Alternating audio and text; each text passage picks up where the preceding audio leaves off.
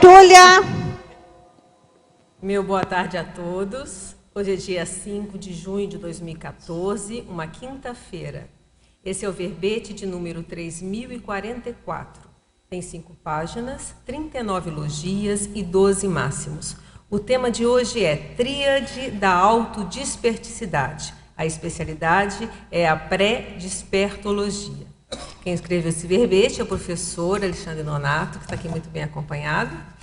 Vou falar aqui um pouquinho dele para vocês. Então, Alexandre Nonato, ele é jornalista, graduado em comunicação social, mestre em jornalismo, brasileiro, natural de Piracicaba, São Paulo, voluntário da Conscienciologia desde 1995, docente de Conscienciologia desde 1997, autor do livro JK e os Bastidores da Construção de Brasília, sob a ótica da Conscienciologia, publicado em 2010, e coautor do livro Inversão Existencial, publicado em 2011.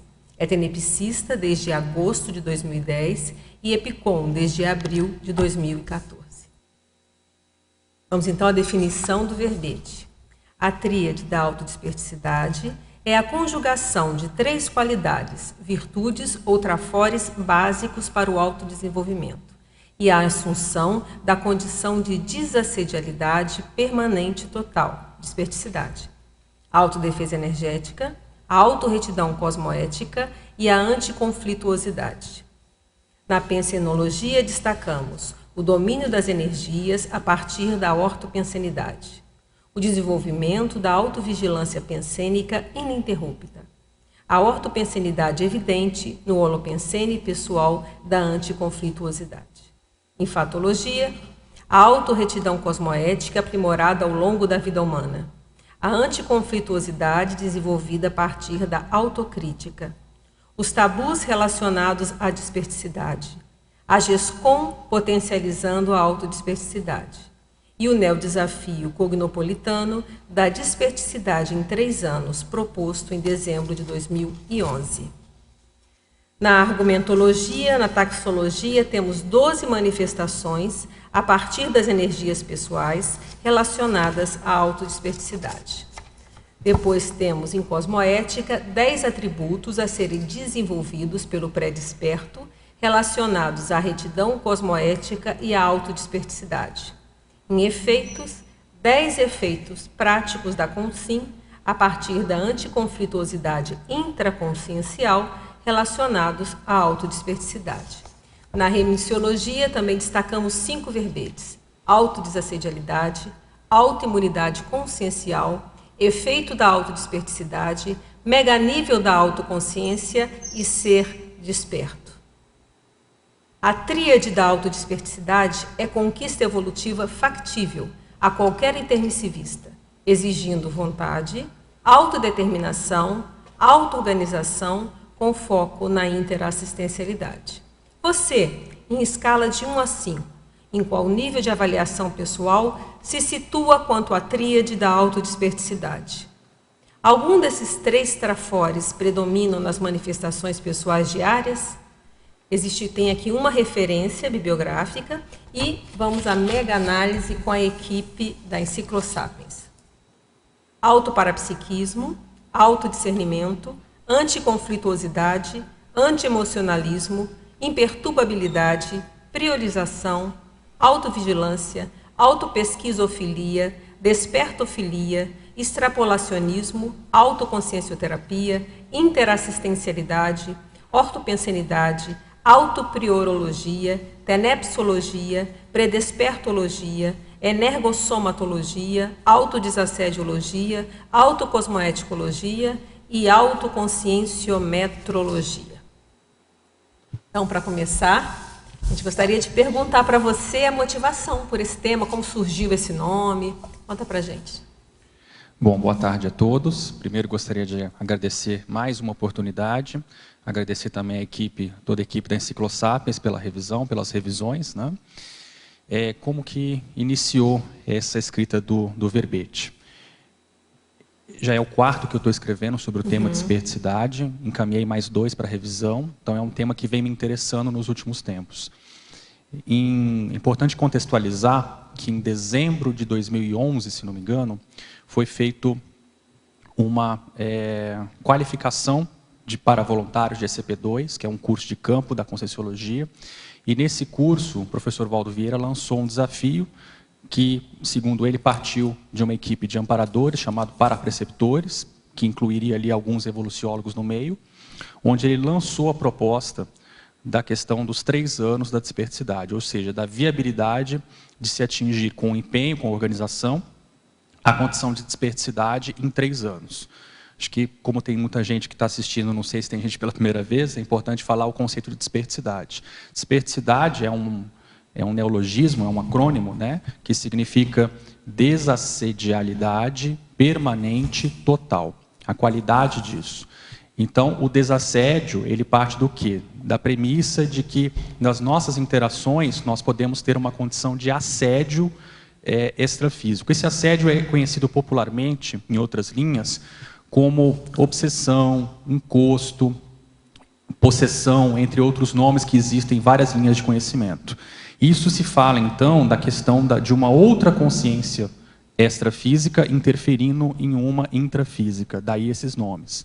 Mas, pela Conscienciologia, nós utilizamos esse termo, então, assédio e desassédio, para frisar a condição também do autoassédio. Né? Então, a gente trabalha de uma premissa que a base desse assédio, ou heteroassédio, ele se inicia quase sempre de um processo de autoassédio. Então, algum conflito, algum aspecto mal resolvido, alguma brecha pensênica, algum pensamento negativo, algum sentimento ruim, que promove uma sintonia com consciências daquele mesmo padrão.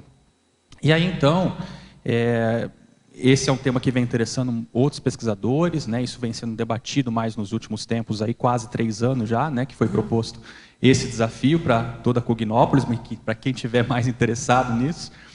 E dentro disso, então, eu venho me interessando em pesquisar mais esse tema. E a questão da tríade da autodesperticidade, ela surgiu no momento que eu fazia reflexões sobre o meu contexto pessoal, e eu começava a pensar, então, o que seria a essência da desperticidade. Eu vejo que essa tríade, antes de mais nada, é importante deixar claro que, obviamente, que se vier outra pessoa aqui trabalhar com esse tema, talvez sejam outros 3 elementos. Só que eu não vejo como fugir muito desses 3 pontos. Né? Então, eu procurei, de alguma forma, se outra pessoa vier aqui, trouxer outras propostas, alguma coisa, de alguma forma vai esbarrar nesses 3 pontos, indiretamente, ou subentendido, como subitem, vai aparecer isso.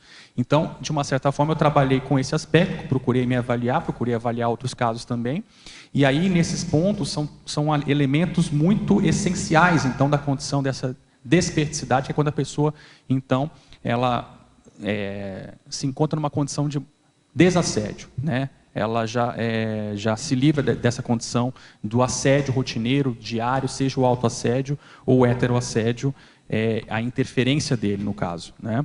Então, esses 3 elementos que eu comecei a avaliar, primeiro ponto é o domínio das energias, que a gente pode incluir vários outros pontos, incluindo a autodefesa energética, mas eu vejo até como pontos um pouco diferentes.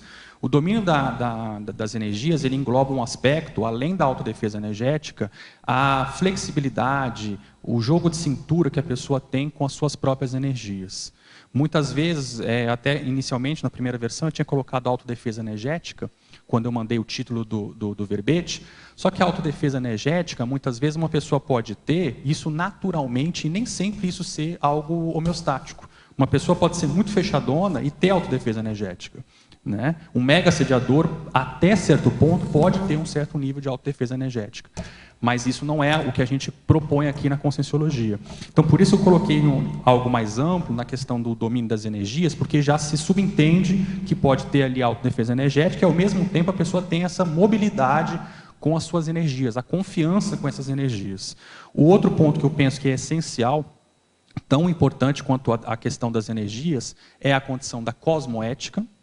Porque de nada adianta a pessoa ter parapsiquismo, entender de fenômenos, mexer com energia, se ela ainda vacila, se ela ainda pisa no quiabo de uma maneira muito fora daquele padrão de conhecimento que ela já tem.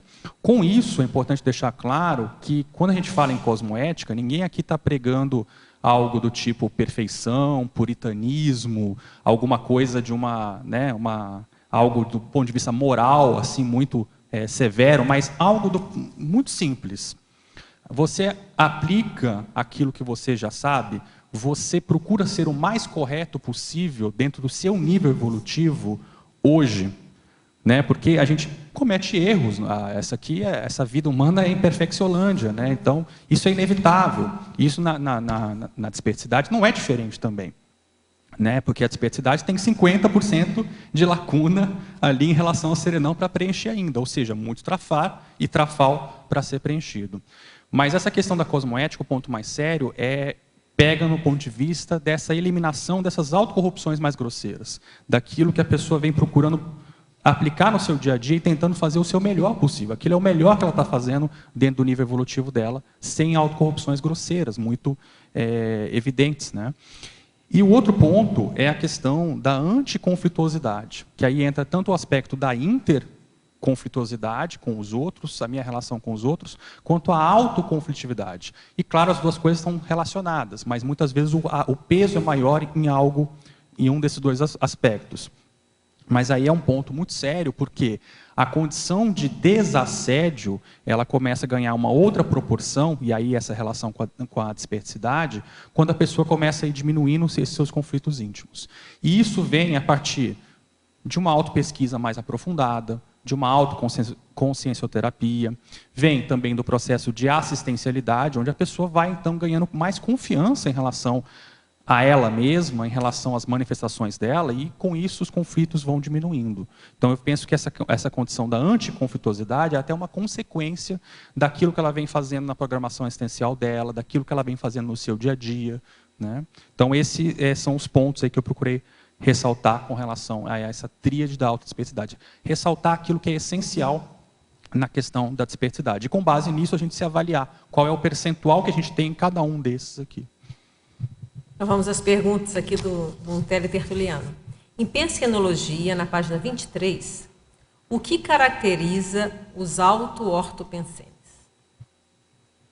Auto-ortopensene, auto-pessoal. Ortopensene vem de pensamentos corretos, retos, retilíneos, né? Então é você procurar no seu dia a dia ter pensamentos mais organizados e pensamentos mais positivos. Isso não é uma coisa simples de se fazer, especialmente nessa vida humana, que é muito atribulada, a vida é muito corrida, muito exigente, mas eu penso que essa condição da ortopensenidade, ela é, antes de mais nada, um exercício diário, um desafio diário, porque nós vamos ter condições diversas no nosso dia a dia, condições físicas, condições ambientais, e nem sempre é simples você manter isso no dia a dia. Então essa auto-ortopensenidade, no meu ponto de vista, é algo que precisa ser exercitado diariamente, constantemente, né? Então, e para isso a pessoa precisa, no meu ponto de vista, eu avalio o meu caso, é importante ela conciliar na rotina dela momentos para que ela possa pensar mais nela mesma, fazer reflexões sobre a vida dela. Não deixar a vida emendar num projeto atrás do outro, num compromisso atrás do outro, aquela pessoa que quer agarrar a mão, quer agarrar o mundo com as mãos, os pés, a boca, tudo que ela puder, né?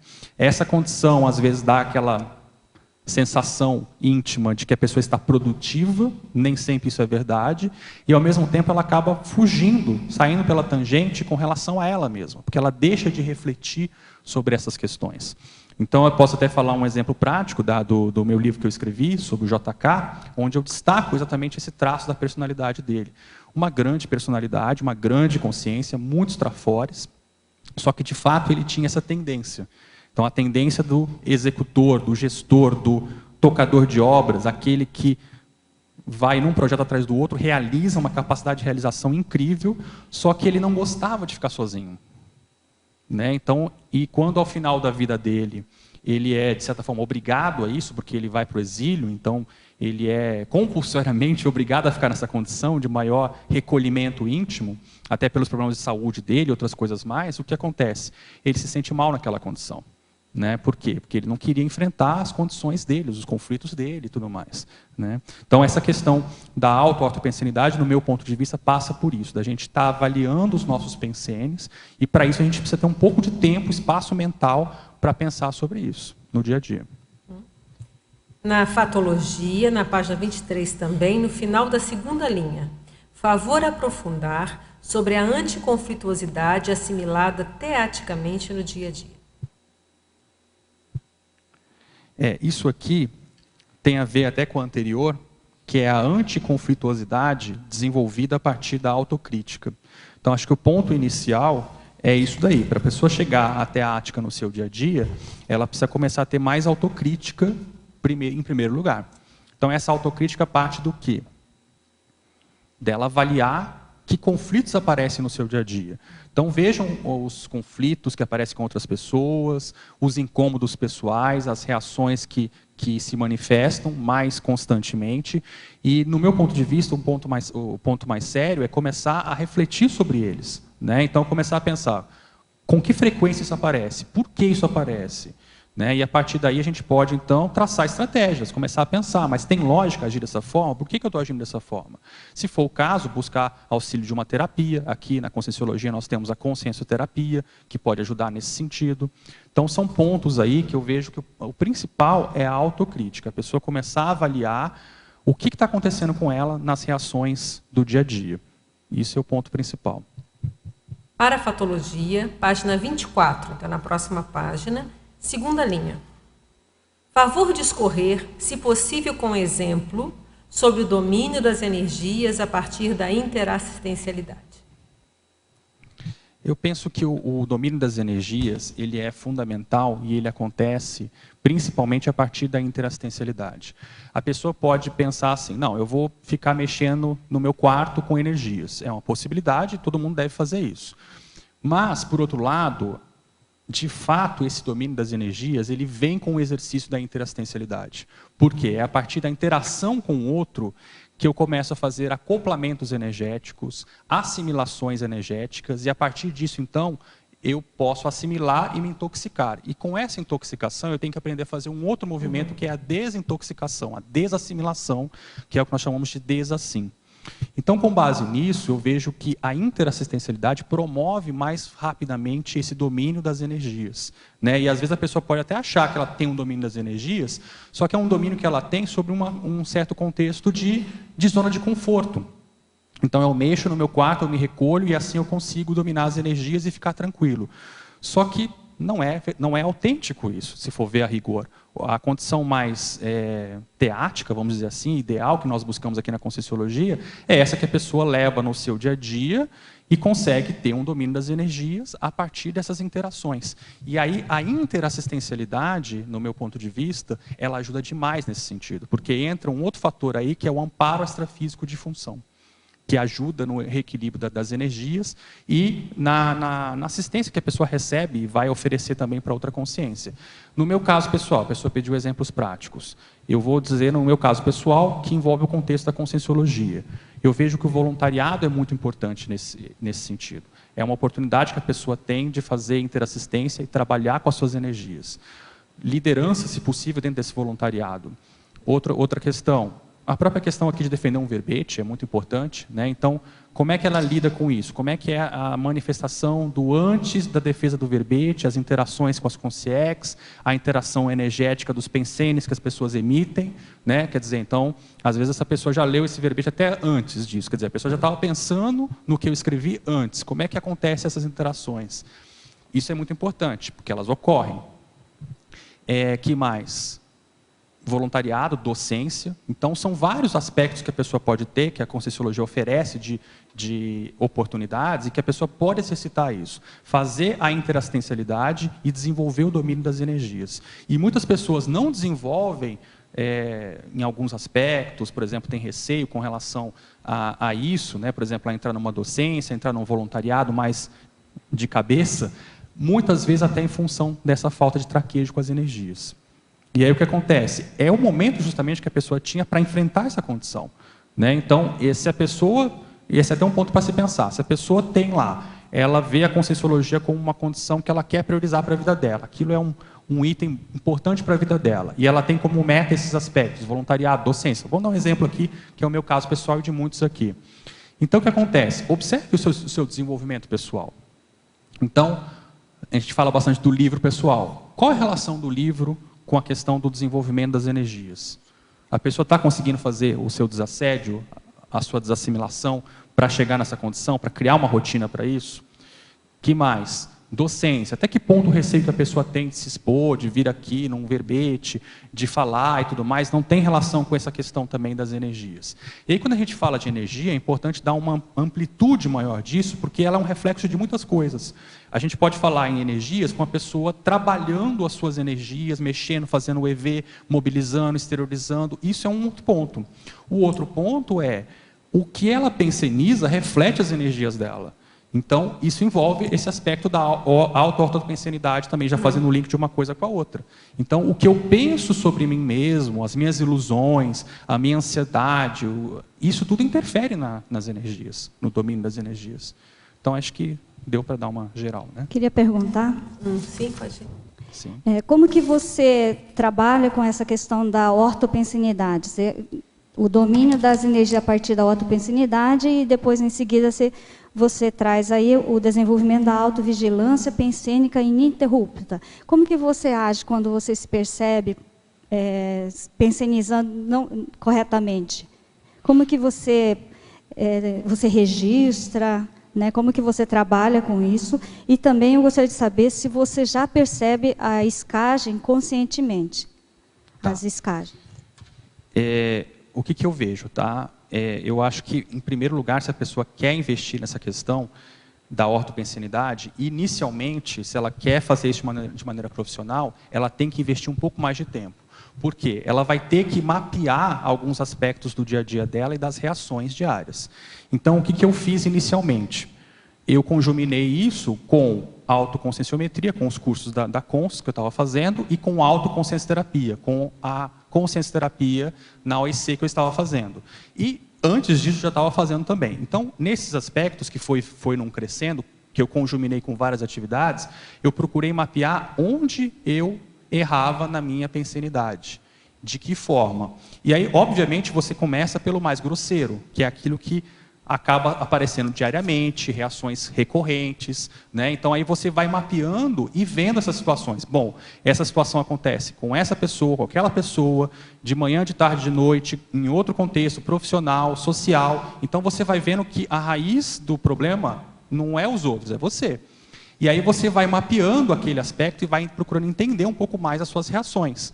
O que acontece, por quê, qual a causa, né? Então, num primeiro momento, despende um pouco mais de tempo. Você vai ter que aprofundar um pouco mais nisso e, se possível, é o ideal, aprofundar em outros contextos, utilizar os recursos que, por exemplo, na Conscienciologia nós temos para isso, né? A consciencioterapia é um bom exemplo dessa questão, com o Syncobaia, entre outros, né? Outros cursos também poderiam entrar nisso.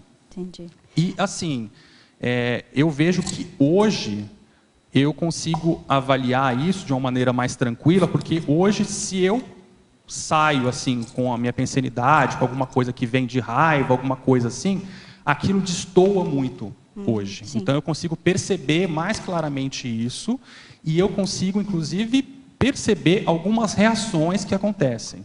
Então, só para vocês pensarem aqui, até que ponto que uma reação pensênica nossa pode ter relação com você pegar uma gripe, por exemplo, com baixar a tua imunidade, por exemplo. Isso é uma coisa que poucas pessoas pensam e que muitas vezes pode interferir, sim. Ah, mas poxa, não é um vírus, não é uma bactéria, não é uma coisa? Sim, só que a partir do momento que você penseniza mal, que você carrega nas tintas, que você tem um pensamento negativo, você está afetando a sua biologia, o seu cérebro, a sua fisiologia. Sim. Com isso, as suas defesas caem. Não só a defesa energética, mas a defesa física também. Sim. E aí, na hora que isso acontece, que você está mais predisposto a aparecer um tipo de reação física. Então, são sutilezas que você começa a pegar no seu dia a dia a partir desse aprofundamento. Então, eu acho que assim, eu venho mais ou menos mais intensamente 1 ano procurando fazer essa avaliação mais a fundo com relação a esses aspectos, até em função da questão da assunção da autodesperticidade. Entendi. Por quê? Para sustentar essa condição, porque se você vai colocar publicamente uma condição de né, autodesassedialidade, para você bancar nisso, você vai ter que fazer um aprofundamento muito maior da sua pensanidade. É interessante. E assim, eu não tenho controle total disso ainda não, tá? Eu vejo assim, e essa até é uma outra condição de mitos que se fazem sobre isso, nós somos seres humanos, nós temos reações que são humanas. Agora, o que a gente faz com essas reações é que são os outros 500, entende? Esse aqui é o ponto. Eu achei interessante a questão de aprofundamento, né? Não achar que é normal, natural, você está fazendo assistência, iscou e está passando mal, né? Pegou no local de menor resistência e vai levando a vida. Não é assim, né? Você pegar e encarar mesmo e aprofundar. Entendi. É isso aí. A outra questão que eu gostaria de perguntar para você é o último item da parafatologia, a tríade da autodesperticidade, contribuindo para qualificar a próxima intermissão. Então, eu gostaria de saber se você já tem alguma perspectiva a respeito, se você já começou a mapear alguma coisa, como é que você está visualizando isso? Eu penso o seguinte, tá? A minha preocupação é com aqui agora, com o hoje e com essa vida humana.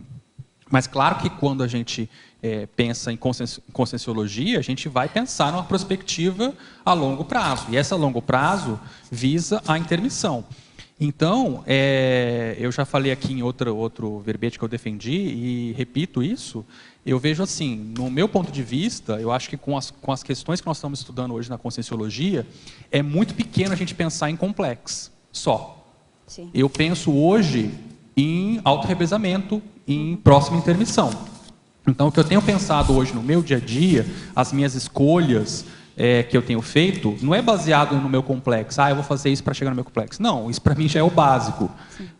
O que eu estou pensando é na minha próxima intermissão. Isso vai facilitar a minha próxima intermissão? Isso vai me dar gancho para eu poder ampliar a minha interassistencialidade, o meu know-how numa próxima intermissão? É nisso que eu penso. Outra questão, isso é seu planejamento pessoal ou no Max Planejamento da INVEX também já está incluída essa cláusula ou esse critério aí? Não, com certeza. Agora, esse planejamento, ele muda, né? Porque a partir do momento que você vai tendo uma outra visão sobre as coisas também, vai caminhando para outras prioridades, vai vendo outras condições, esse planejamento vai mudando também, não tem como, né?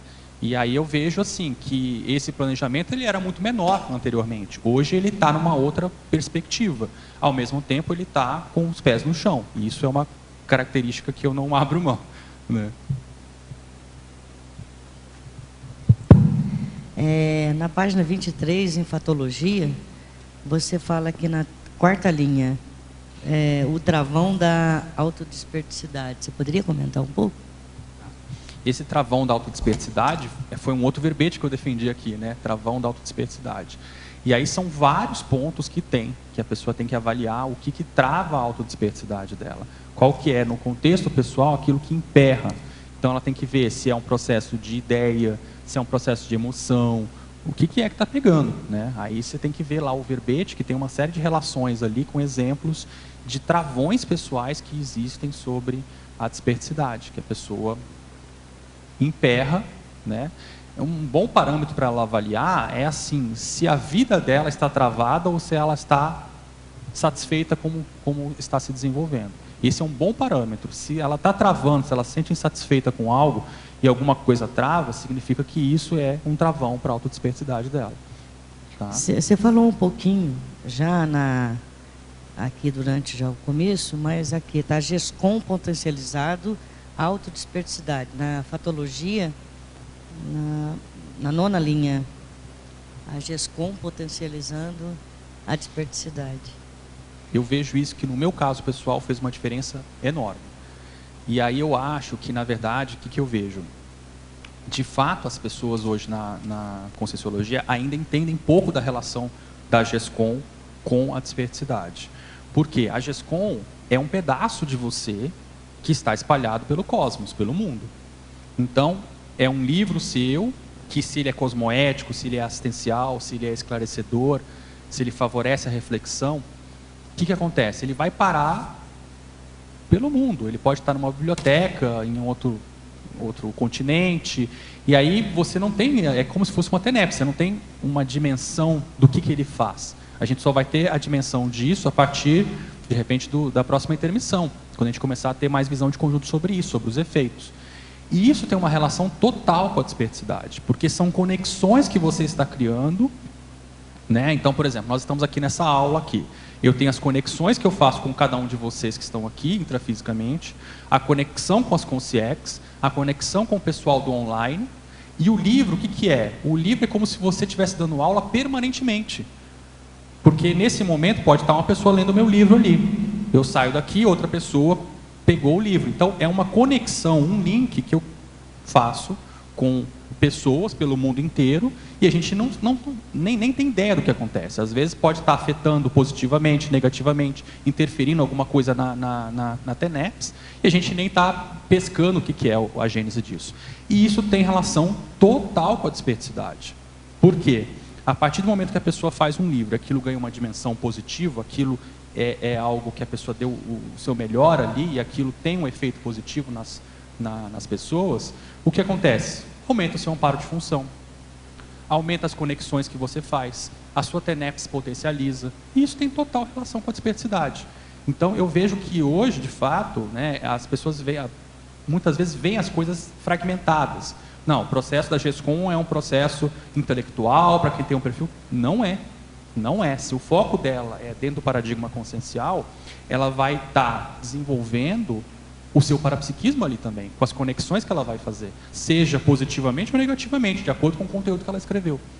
Então, o livro ele pode ser muito bom, ou ele pode ser muito ruim também, de acordo com aquilo que a pessoa escreveu, com a intenção que ela colocou ali. Agora, eu fiquei muito curiosa sobre o sinergismo, na página 24. O sinergismo macrosoma, desperticidade, o sinergismo para macrochip e desperticidade. Aí são hipóteses para se pensar. Então, por exemplo, se a pessoa ela tem a desperticidade, vamos supor que ela atingiu essa desperticidade antes dos 50 anos de idade. Podemos colocar como hipótese, essa pessoa tem macrosoma? Essa pessoa tem paramicrochip? É algo para se pensar. E se ela tem, o que ela está fazendo com isso? Ou se ela não tem, eu penso que ter, né? Exatamente. Eu penso que o raciocínio mais lógico tudo indica que se ela conseguiu mais cedo conseguir essa condição de desperticidade, é lógico se pensar que é possível ter um macrosoma e um paramicrochip. Mas são hipóteses, tem que ver o caso específico, entende? Mas aí dentro disso são minhocas que a pessoa tem que colocar na cabeça dela para ela pensar e não ficar pensando pequeno, para ela ir mais adiante e ver se ela não está indo em subnível. Mas são relações possíveis de se fazer. Alexandre, na página 25, a tua listagem, ela começa na 25 e vai até a 26. Eu achei ela bem interessante, mas a minha pergunta, além de falar sobre essa listagem, é para o jovem que está acessando aqui, ligando a tertúlia e acessando e querendo entender um pouco mais. Quais são os primeiros passos, além do domínio da energia? O que o jovem precisa cuidar? Então, Fafá, eu vejo assim, eu acho que o ponto mais sério, primeiro, é ela pensar na questão do posicionamento quanto às técnicas evolutivas. Então, primeiro posicionamento, Invex ou Resex, que é o que a Conscienciologia oferece. Ou o que ela vai levar para a vida, o que ela quer para a vida dela, se não for isso, né? Então, um ponto que me ajudou foi esse posicionamento com relação à Invex, porque a partir da Invex, você procura fazer um planejamento máximo para a sua vida humana, visando a desperticidade, né? É claro que não é uma obrigação, mas a mega meta da Invex seria a desperticidade. Então, esse é um ponto. Eu vejo que o ponto mais sério para o jovem é a questão de assentar a vida e procurar conciliar esses aspectos já pensando na desperticidade. Então, procurar pensar na questão profissional, na questão dos estudos, autonomia financeira, profissional, né?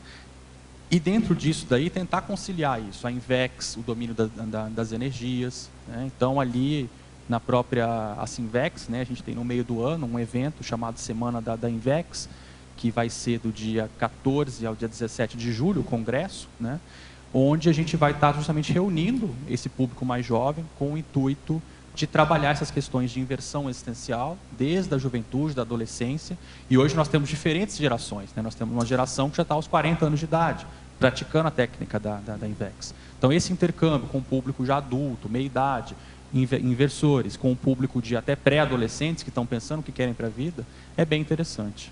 Tá?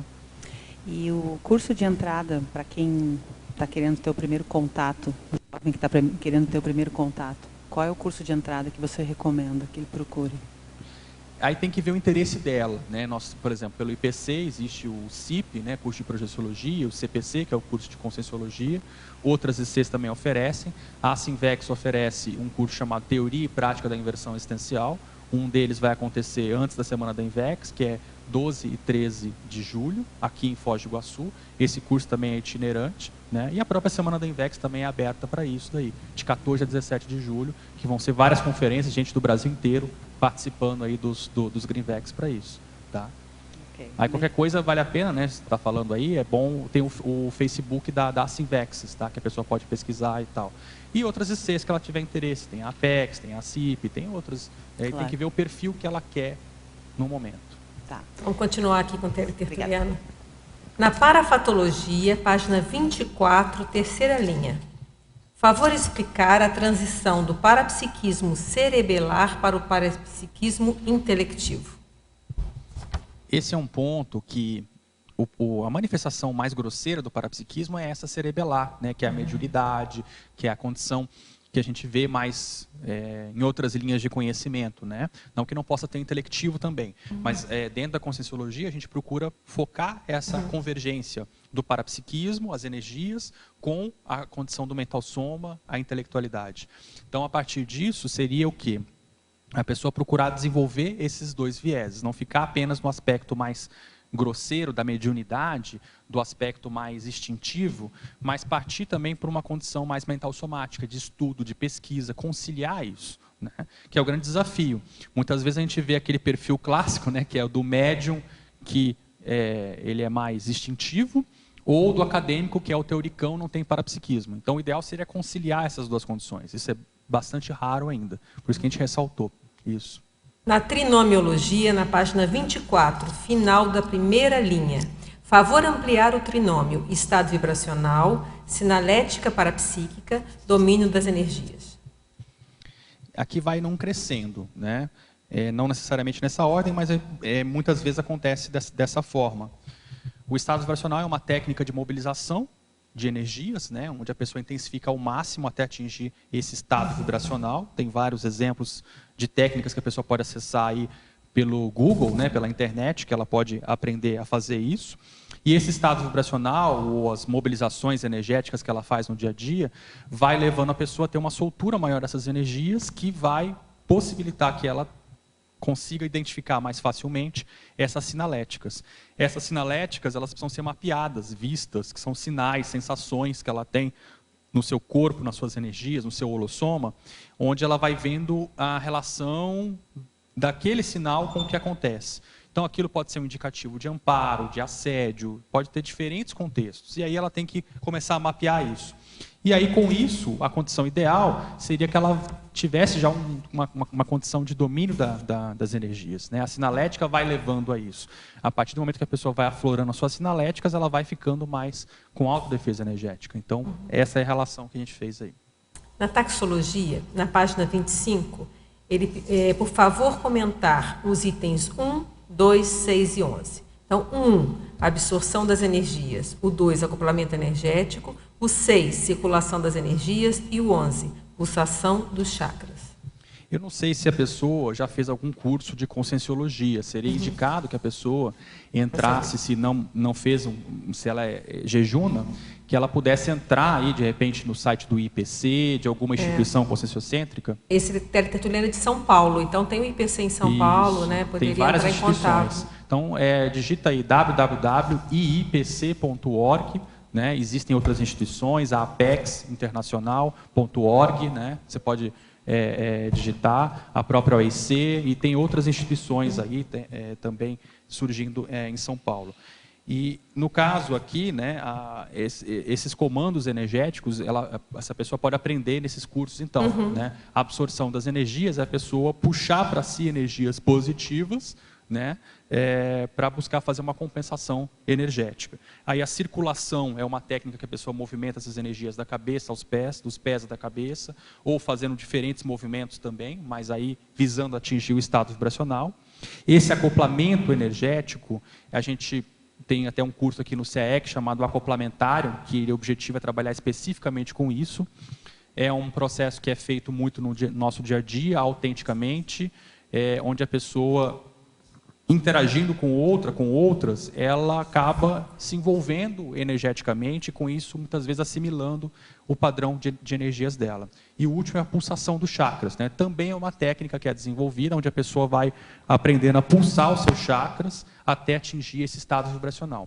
Então a gente recomenda aí que a pessoa procure, de repente, um curso, para que ela possa ter um atendimento mais personalizado e aprender essas técnicas para desenvolver isso. Está acessível aí, tanto nesses cursos presenciais, que a Adriana vai falar aqui agora, quanto também em materiais que você pode procurar no YouTube, no Google, tanto escrito quanto aulas sobre isso. Então é possível encontrar algumas aulas sobre isso que você pode já ir acessando, e é interessante fazer um curso também sobre isso. Eu vou passar o telefone do IPC, caso você não tenha, é 11 3287 9705 e 3287 9706.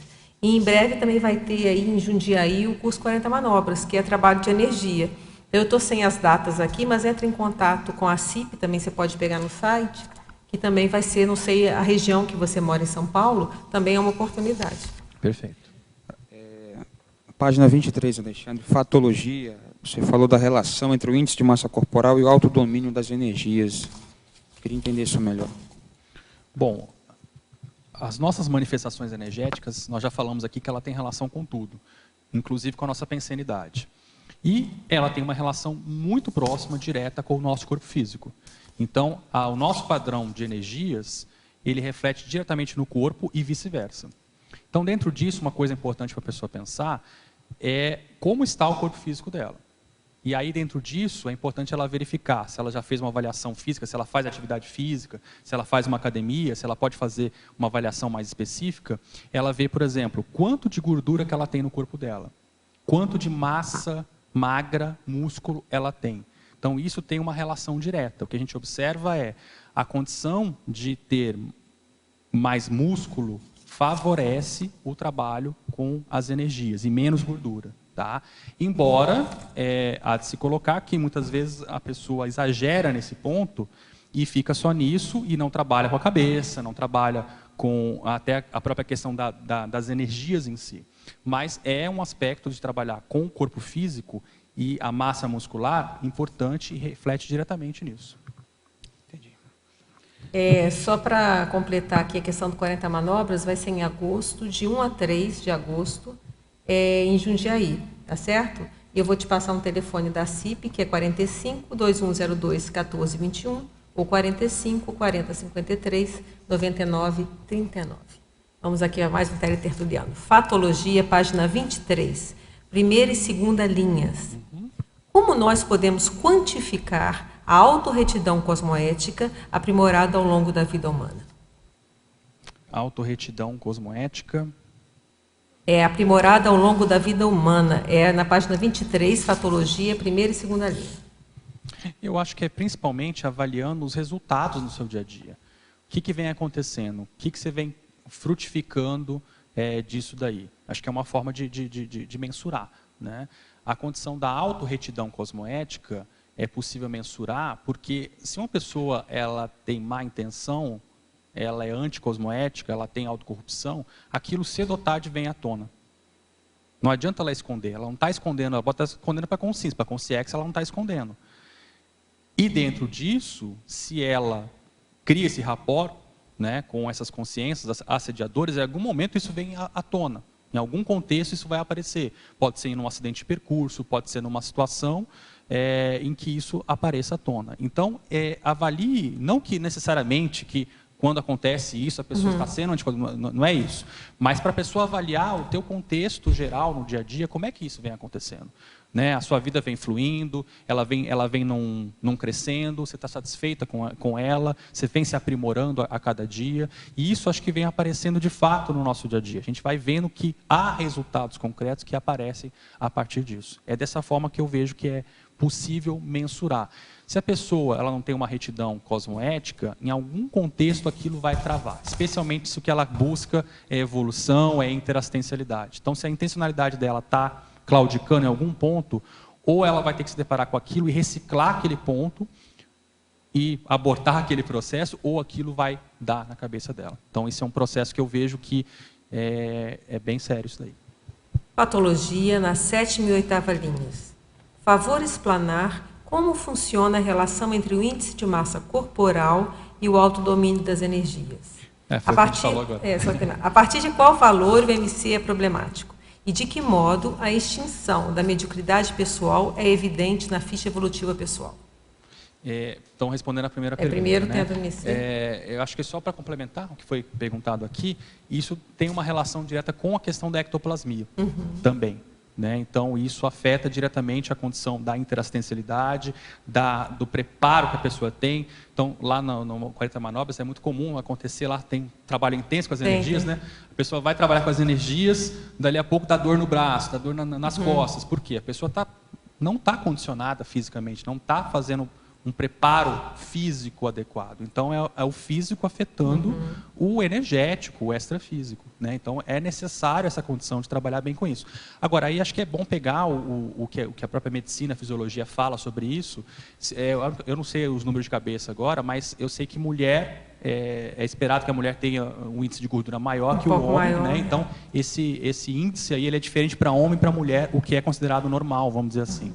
Eu não tenho de cabeça aqui agora, mas é bom procurar um profissional, uma academia, alguma coisa que possa te dar orientação. O próprio Google também, se você colocar aí esse IMC, o que é o ideal, vai aparecer aí. Tabelas. Tem umas tabelinhas, umas calculadoras que você faz, teu peso, fazendo as contas e tudo mais, mas o mais indicado é procurar um profissional mesmo. Quer colocar? Não, só para complementar essa questão do IMC. É bom assim a pessoa ela não ficar tão vidrada em números, né? É mais isso que o Alexandre está colocando sobre o condicionamento físico dela e a próprio percentual de gordura, porque o IMC ele dá a massa corpórea, então ele não diferencia muito esse percentual de gordura dela. Então vale a pena a pessoa ela aprofundar nisso, porque isso tem todo o sentido com o desenvolvimento mesmo da ectoplasmia e esse approach, né, energético que a pessoa vai ter. Agora, com relação a uma pergunta, né, que eu queria colocar para o Alexandre. Na página 24, no último trinômio, o trinômio Invexis, Disperticidade, Ofiex.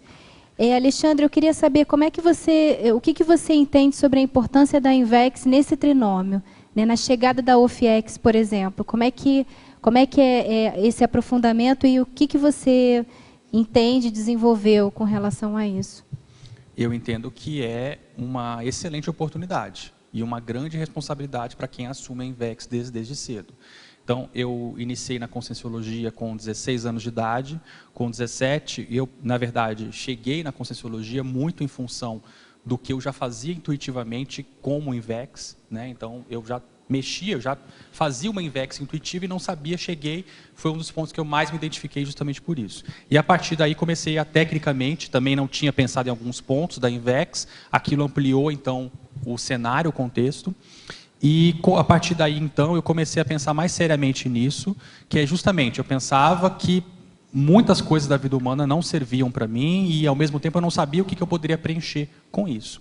E a partir, então, do paradigma consciencial e da Invex, eu comecei a ver, poxa, tem aqui um currículo, um caminho possível, que eu vou fazer o meu próprio, evidentemente, porém, é um parâmetro interessante para desenvolver. E a partir disso, o que me dá mais gratificação, porque as pessoas pensam de maneiras muito diferentes, né? Mas o que me dá muita satisfação é ver que deu resultado, entende? Então, eu comecei isso com 16, com 17 anos de idade, estou com 36 anos de idade, passaram-se 20 anos aí, mexendo com inversão existencial, levando a Conscienciologia a sério. E, assim, eu sou muito grato a isso, porque dá um nível de gratificação positivo, no sentido de que você vê, poxa, todo o esforço que eu fiz, todo o empenho que eu fiz, toda a dedicação que eu tive, deu algum fruto, deu resultado, eu me sinto bem, eu sou um ser humano melhor hoje, eu superei muitos trafares, tenho muitos trafares ainda, mas superei muitos, né? Quem me conheceu lá 20 anos atrás sabe como é que eu era. Eu tinha uma série de problemas, dificuldades. Ao mesmo tempo, assumi as minhas qualidades, os meus trafores, né? Aflora essa condição, né? Então, isso é muito interessante. Então, a inversão existencial é uma técnica evolutiva muito séria. Então, e que dá a possibilidade da pessoa mais livre, desde cedo, começar a priorizar isso, né? Então, eu vejo que se eu estou, né, estudando hoje mais seriamente, mexendo com essa condição de dispersidade, hoje com 36 anos de idade, eu devo muito isso em função da inversão existencial. Agora, no sentido da INVEX, teve algum ponto da tríade que você desenvolveu mais por causa da INVEX? Né? Você colocou aqui a autodefesa energética, a autorretidão cosmoética e a anticonflituosidade. Desses três, tem algum que a INVEX assim, te ajudou mais a melhorar, a superar? Ou você vê que é no mesmo nível que você conseguiu trabalhar esses 3 pontos? Eu vejo assim, tá? Eu acho que, levando em consideração a conscienciologia e a INVEX, talvez o ponto que eu mais tenha trabalhado assim seria a condição das energias. Porque eu acho que, se eu não tivesse encontrado a conscienciologia, cosmoética seria algum valor meu que eu ia entrar em alguma linha para pesquisar e ter algo similar a isso, né? Já era um valor bem sério para mim. E anticonflituosidade já é algo que eu já buscava, né, antes de chegar à conscienciologia. E eu não, passando por outras linhas de conhecimento, eu não encontrava. Então, de alguma forma, eu já estava nesse veio. E a condição das energias, eu tinha interesse, mas não era um processo ainda, eu demorei um pouco a focar, a priorizar mais seriamente nisso. Então, acho que a inversão e a conscienciologia me ajudou nesse aspecto, principalmente. Os demais já era como se eu tivesse algo, já tivesse em mim uma busca nesse sentido. Então, de alguma forma, eu ia chegar em algum ponto e ia trabalhar com isso. Sem a conscienciologia, provavelmente ia chegar num outro patamar. Mas com a conscienciologia, eu considero que facilitou demais isso, entende? Assim, essa condição de acelerar as coisas. Muito bom. Alexandre, Tânia aqui em cima. Tudo bem? Olha só, na fatologia, aqui na página 23, na terceira linha, a pseudo-imperturbabilidade evidente na anticosmoética. Desenvolve isso porque, para mim, eu estou entendendo que seria o contrário. Desenvolve o que você quer colocar aí. Não seria o inverso? Então, vamos pensar num exemplo concreto aqui para já ter isso bem claro que eu quero dizer aqui. Ó. Vamos pegar o caso do Osama Bin Laden, um caso bem extremo. Se você olhar a imagem do Osama Bin Laden, ele falando, uma foto dele, ele aparece sorrindo, ele parece ser um cara calmo, ele parece ser um cara que não se perturba muito. Mas ele é assim verdadeiramente? Eu penso que não. Então, o que acontece?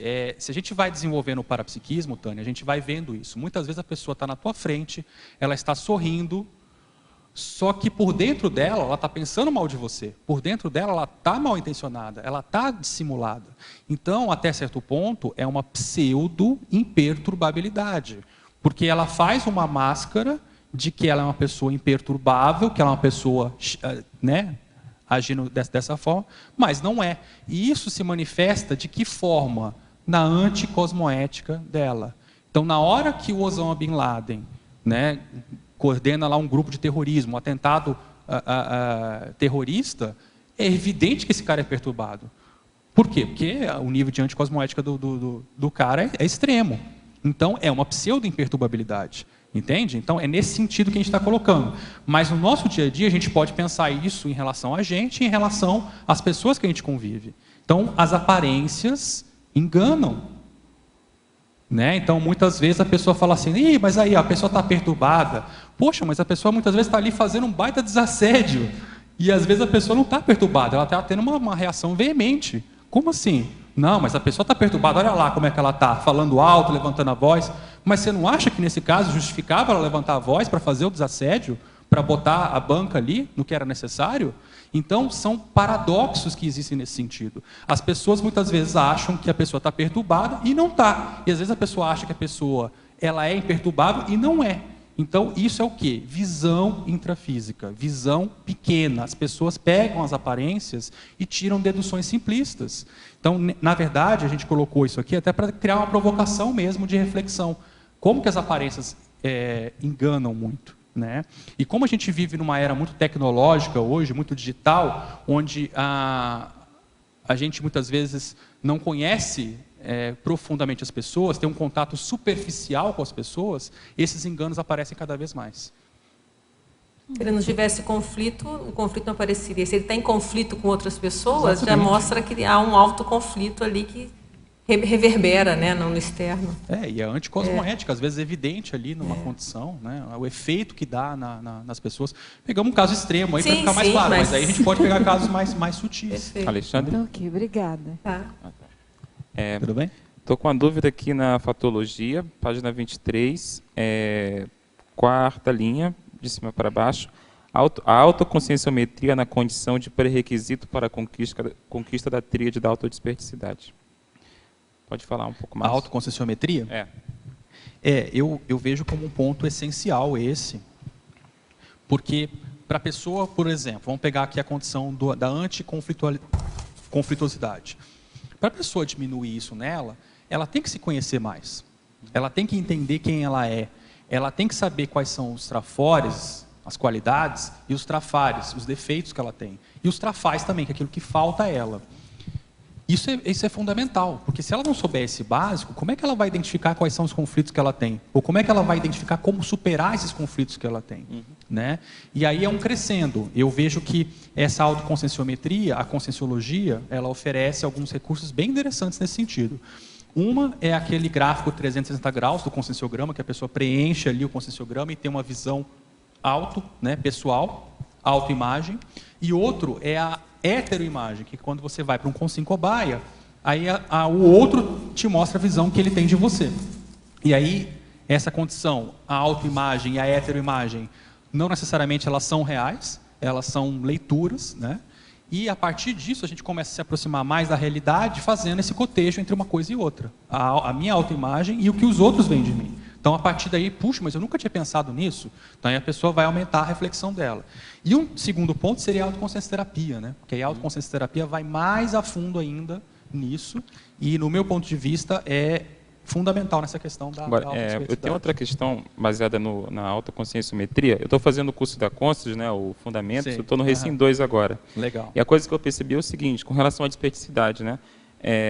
O curso, a resultante do curso que eu vejo mais importante é você lidar com seus trafares, não se assombrar com eles, não se inflamar com eles, você consegue analisar de maneira mais assim, analítica mesmo, mais mental somática, e você fica menos perturbado para poder mudar, para fazer a reciclagem. Porque a maioria das pessoas tem orgulho envolvido com os próprios defeitos, então concordo. Eu fiquei pensando assim, o que você pode fazer? Qual é a postura do ser desperto em relação aos autotrafares, né? Como é que ele se posiciona diante disso? Você chegou Sim, eu vejo assim. Pesquisar isso? Primeira coisa, tá? Que a gente vê bastante. Às vezes, a forma como a pessoa encara um trafar dela ou um erro que ela faz é pior do que o trafar ou o erro em si. Isso acontece demais. Já falei isso em outras tertúlias e sempre é importante repetir aqui isso, porque isso é bem o que você falou aqui, você trouxe, né, espontaneamente, e é o que a gente enxerga bastante e tem uma relação total com a desperticidade. Né? Então, falando do meu caso pessoal, quando o professor Valdo jogou à tona o meu caso para ser discutido, eu jamais tinha pensado nisso. Então, até certo ponto, isso tem relação com isso, com como que eu enxergava os meus trafares. E os meus trafores também. E aí eu vejo que, de fato, a questão que nós temos que trabalhar é isso mesmo, é uma leitura mais crítica, mais isenta, mais aprofundada, menos superficial sobre a nossa realidade. E não dramatizar as coisas, entende? Todo mundo tem trafar, todo mundo tem trafor, a gente comete erros. Então, esse é o ponto sério. Então, às vezes a pessoa faz um carnaval em cima de um erro dela, um drama, e aquilo que é o assédio, muitas vezes. Né? Então, esse é um ponto para se pensar. O erro assedia a pessoa. E isso não pode acontecer. O erro, ele existe, nós estamos num mundo que é imperfeito, nós somos imperfeitos, e o erro, ele existe e nós podemos aprender com esses erros. Então, isso é uma visão traforista. Agora, ficar se martirizando com o nosso erro, com os nossos trafares, é uma visão trafarista e que nos leva ao assédio. Você pode observar, se a gente for observar, cada um observar aqui, começar a pensar aqui agora, quando foi a última vez que eu me assediei com algo? Muitas vezes tem relação com isso. Com o processo de como a gente enxerga um trafar nosso, de como a gente enxerga um erro nosso, muitas vezes tem relação com isso. Então, é importante pensar e desdramatizar isso sem também banalizar, entende? Não é para... Porque uma coisa é aquela coisa, a pessoa também quer a moral, né? Ah, errei, meu trafar, né? Mas não é disso que a gente está falando aqui. O outro lado é a pessoa que se crucifica com o erro e com o trafar. Então, são dois extremos. E a gente tem que buscar o caminho do meio. Vamos seguindo aqui. Em binomiologia, na página 24, em relação ao segundo binômio, falar sobre qual é a relação entre o energossoma e a disperticidade. Energossoma, disperticidade. O energossoma é o nosso corpo energético. Sendo o nosso corpo energético, um dos pontos fundamentais para o autodesassédio é a pessoa dominar essas energias, né? Ela ter uma soltura energética e uma confiança para poder bancar esse desassédio. E esse desassédio implica em você também fazer essa condição de desassimilação das energias. Então, essa é a relação mais direta que eu vejo, que é a pessoa dominar suas energias para conseguir bancar a sua condição de desassédio cada vez maior. E outra pergunta é para você explicar a interação entre todos os binômios que você colocou. Percebo que todos estão interligados de alguma forma. Então, com certeza. Então, vamos lá. Mostra a ligação para ele. A ligação dos binômios, né? Vontade e intenção, né? A pessoa pode ter uma vontade muito grande sem uma boa intenção. Então, essa qualificação da vontade dela e da intenção é fundamental. O energossoma, a autodesperticidade já foi falado, né? A cosmoética, a autodesperticidade. Aqui a gente está pegando, né, o binômio anticonflituosidade, autodesperticidade. Isso tem a ver com a que a gente está falando aqui da tríade, né, da autodesperticidade. Que, no meu ponto de vista, são os elementos essenciais da condição de desassédio, manter o desassédio pessoal. Tá? O binômio domínio das energias, cosmoética, esse é um ponto muito sério também, porque eu vejo que é um paradoxo, né? Porque assim, a gente pode pensar, muitas vezes a pessoa pode mexer com energia, mexer, mas ela tem que trabalhar com as anticosmoéticas pessoais, ela tem que fazer reciclagens. E muitas vezes aquela pessoa que ela procura, às vezes a gente vê assim, né? Por que aquela pessoa que está ali na Socin, ou que está lá, não conhece nada de Conscienciologia, ela às vezes, tem um desempenho melhor, ou aquele traço ressalta tanto em relação até a outras pessoas que conhecem a Conscienciologia? Porque às vezes ela é mais teática naquela área. Então ela procura ser mais correta, ela procura acertar mais, ela procura ser mais rígida com relação às suas condutas, né? Então, nesse ponto, às vezes, a cosmoética dela, mesmo que ela não conheça nada de energia, vai refletir nas energias dela. Por que aquilo reflete? Mas ela não conhece nada de energia, conhece. Ela procura ser cosmoética, ela procura não pensar mal das pessoas. Então, como que ela não conhece de energias? Ela conhece. Agora, se ela pudesse ampliar com a Conscienciologia, mexer com as energias, as manobras, né, ela ia conseguir um desempenho muito melhor. Ia potencializar demais, né? Então, uma coisa tem relação com a outra. A nossa cosmoética pessoal potencializa o nosso domínio das energias e vice-versa, né? Então, não dá para enxergar as coisas de uma maneira fragmentada. E domínio das energias, anticonflituosidade. Bom, uma coisa muito, muito simples. Quem aqui já parou para mexer com as energias e não conseguia sentir nada, não conseguia mexer com as energias? Acho que todo mundo, em algum momento da vida, já aconteceu essa experiência. O que pode estar acontecendo? Bom, pode ser um fator físico, pode ser alguma coisa assim. Mas, descartando esses fatores, pode ser que a pessoa esteja com a pensenidade dela não rígida, pode ser que ela esteja com alguma preocupação, algum conflito muito sério. Então, ela não vai conseguir mexer com as energias. E aí eu vejo que são pontos que a pessoa pode ir trabalhando paralelamente, né? Ela reduzindo o nível de conflitos dela, ela vai conseguir um desempenho melhor com as energias. E vice-versa, se ela insistir no trabalho com as energias, até esses conflitos podem vir à tona mais facilmente. Mas é importante ver a relação de uma coisa com a outra. E a cosmoética com a anticonflituosidade. Então, até que ponto que os conflitos que ela tem não tem base anticosmoética, seja com os outros ou com ela mesma. Então, são pontos para a pessoa pensar. Professor Alexandre, por favor, eu gostaria de saber se existe uma estimativa de quantos despertos residem na Cognópolis e no planeta. Certo. No planeta já está um pouco além das minhas possibilidades. Na Cognópolis, o que eu já vi a pessoa falando para mim e publicamente, eu te garanto pelo menos uns 10. Tá? E isso daí eu te recomendo você assistir um evento da conscienciometria, da Conscius, Jornada da Conscienciometria, onde o professor Djalma e o professor Albert, da Conscius, eles irão apresentar alguns resultados do Programa de Aceleração da Desperticidade, o PROAD, que é um curso. Nesse curso, nesse trabalho deles, eles estão publicando um artigo onde, até onde eu sei, a informação que eu tenho, eles vão divulgar as notas que foram obtidas ali pelos alunos do PROAD. Dentre elas, tem algumas pessoas que já fizeram assunção pública da autodesperticidade, que estão ali na casa dos 50 ou próximo disso, né? Então, você teria que acompanhar aí as tertúlias, ver, acho que alguns já falaram publicamente, o Marcelo apresentou sobre a assunção da autodesperticidade no domingo, né, sobre o tema. O Pedro Fernandes também tem falado bastante sobre isso, e os outros casos eu já não sei, né, mas que eu já tenho contato, eu já vi em outras oportunidades, eu sei de pelo menos uns 10 casos, sim. Agora, não sei se essas pessoas estão falando, assim, tertúlia, então aí teria que ver com elas diretamente. É a segunda Jornada Internacional de Conscienciometria, 4 a 6 de julho de 2014, então já vai aí o convite, né? Vamos continuar aqui, que eu estou atrasadíssima. Tá, aqui, ó. Parapatologia, página 24, terceira linha. Poderia comentar sobre o papel da TENEPS no desenvolvimento parapsíquico? Bom, a TENEPS, ela é fundamental, ela é essencial dentro do parapsiquismo, no meu ponto de vista, com foco na desperticidade. Ela é como se fosse um pré-requisito.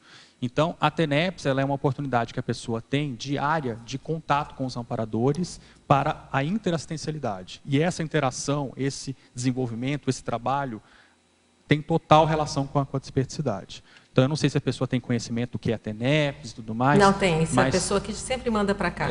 Eu vejo que a pessoa tem que avaliar como que a TENEPS dela está desenvolvendo. Então, se ela já pratica TENEPS, por exemplo, ou quer praticar, ela ficar atenta a isso. A TENEPS dela tem evoluído, o que tem melhorado ao longo do tempo a TENEPS dela? Né? Ela tem tido mais ideias, mais insights, ela tem tido mais recins, o parapsiquismo dela está melhorando, a interação com o amparador dela, como é que está? Isso tudo é importante ela ver, claro que é importante a pessoa não ter deslumbramentos em relação a isso. Né? Muitas vezes são elementos sutis, mas ela vai vendo resultados práticos no seu dia a dia. Então, isso é importante dela ver, porque a TENEPS ela é bem prática, bem pragmática no nosso dia a dia. Então, como é que está isso? Pedidos de TENEPS, ela recebe, com que frequência, vem aumentando, como é que isso acontece? Então, são vários parâmetros que a pessoa pode ter para ela avaliar isso. Parafatologia, página 24 também, quinta linha. Comentar sobre o extrapolacionismo parapsíquico qualificador da tríade da autodesperticidade. Extrapolacionismo parapsíquico é quando ela tem uma vivência que extrapola o nível evolutivo dela. Aquilo vai além. Então, ela ter essa atenção com relação ao que ela vive, que é fora do normal, do nível dela, do habitual, do cotidiano, e fazer a relação disso com o desenvolvimento evolutivo dela.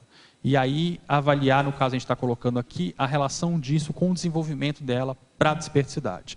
Eu tenho um verbete, que aí eu recomendo para a pessoa baixar, ou a própria aula, ou o verbete também, que é o extrapolacionismo pré-tenepsista. Então, esse verbete eu comento algumas coisas da minha casuística pessoal, e tem também outros verbetes sobre isso. Trinomiologia, página 24, penúltima linha. Favor comentar a respeito do trinômio invex, epicentrismo, desperticidade. Aí um pouquinho diferente do que a Flora perguntou, né? Eu vejo que esse seria uma condição ideal para a vida humana, né? Se não pela invex, pela ressex. E aí eu vejo que essa condição ela vai num crescendo. Eu estou fazendo um verbete, inclusive, que pega esses dois trinômios que estão sendo trabalhados, eu passei para revisão já, que é o trinômio invex, TENEPS e autodesperticidade. Então, o que eu procuro trabalhar nesse verbete assim? Eu vejo que o desafio mais sério da inversão existencial é a pessoa superar o quanto antes o seu porão consciencial. Veja as suas imaturidades, veja as suas criancices, meninices, se torne adulto o quanto antes para assumir a responsabilidade da sua vida humana e dentro disso, se ela tem intenção com o paradigma consciencial, com a conscienciologia, Começa a expandir o quanto antes essas condições de voluntariado, de TENEPS, de docência, para começar a ganhar know-how com isso. Isso é importante. E aí a consequência disso, muitas vezes, vai ser o epicentrismo consciencial e, futuramente, a desperticidade. Tá? Então, eu acho que é um caminho natural, é um crescendo natural. Eu comentei do meu caso pessoal aqui, né? Eu vejo que é 20 anos de conscienciologia, e eu acho que todo o esforço que eu fiz, toda a dedicação que eu tive esses anos todos, valeu a pena nesse sentido, e envolve esse crescendo aqui. Então, acho que a INVEX e a Conscienciologia indica caminhos, não é o único que a pessoa pode seguir, ela tem livre-arbítrio para fazer o que ela quiser da vida dela, mas é muito importante que dentro do paradigma consciencial, ela tem já um caminho que já vem dando certo para outras pessoas. Então, se ela tiver interesse, fazer o intercâmbio aí com essas pessoas e ir estudando mais o que ela quer para a vida dela. Professor Alexandre, na Fatologia, página 23, segunda linha. Favor explicitar, no contexto da sua autovivência, a anticonflituosidade desenvolvida a partir da autocrítica.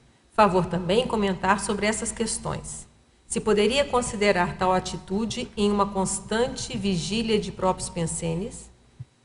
A espontaneidade natural dos seres humanos teria pouco a pouco nova forma de expressão? É que eu repito? Não. Não, eu vejo que eu entendi sim.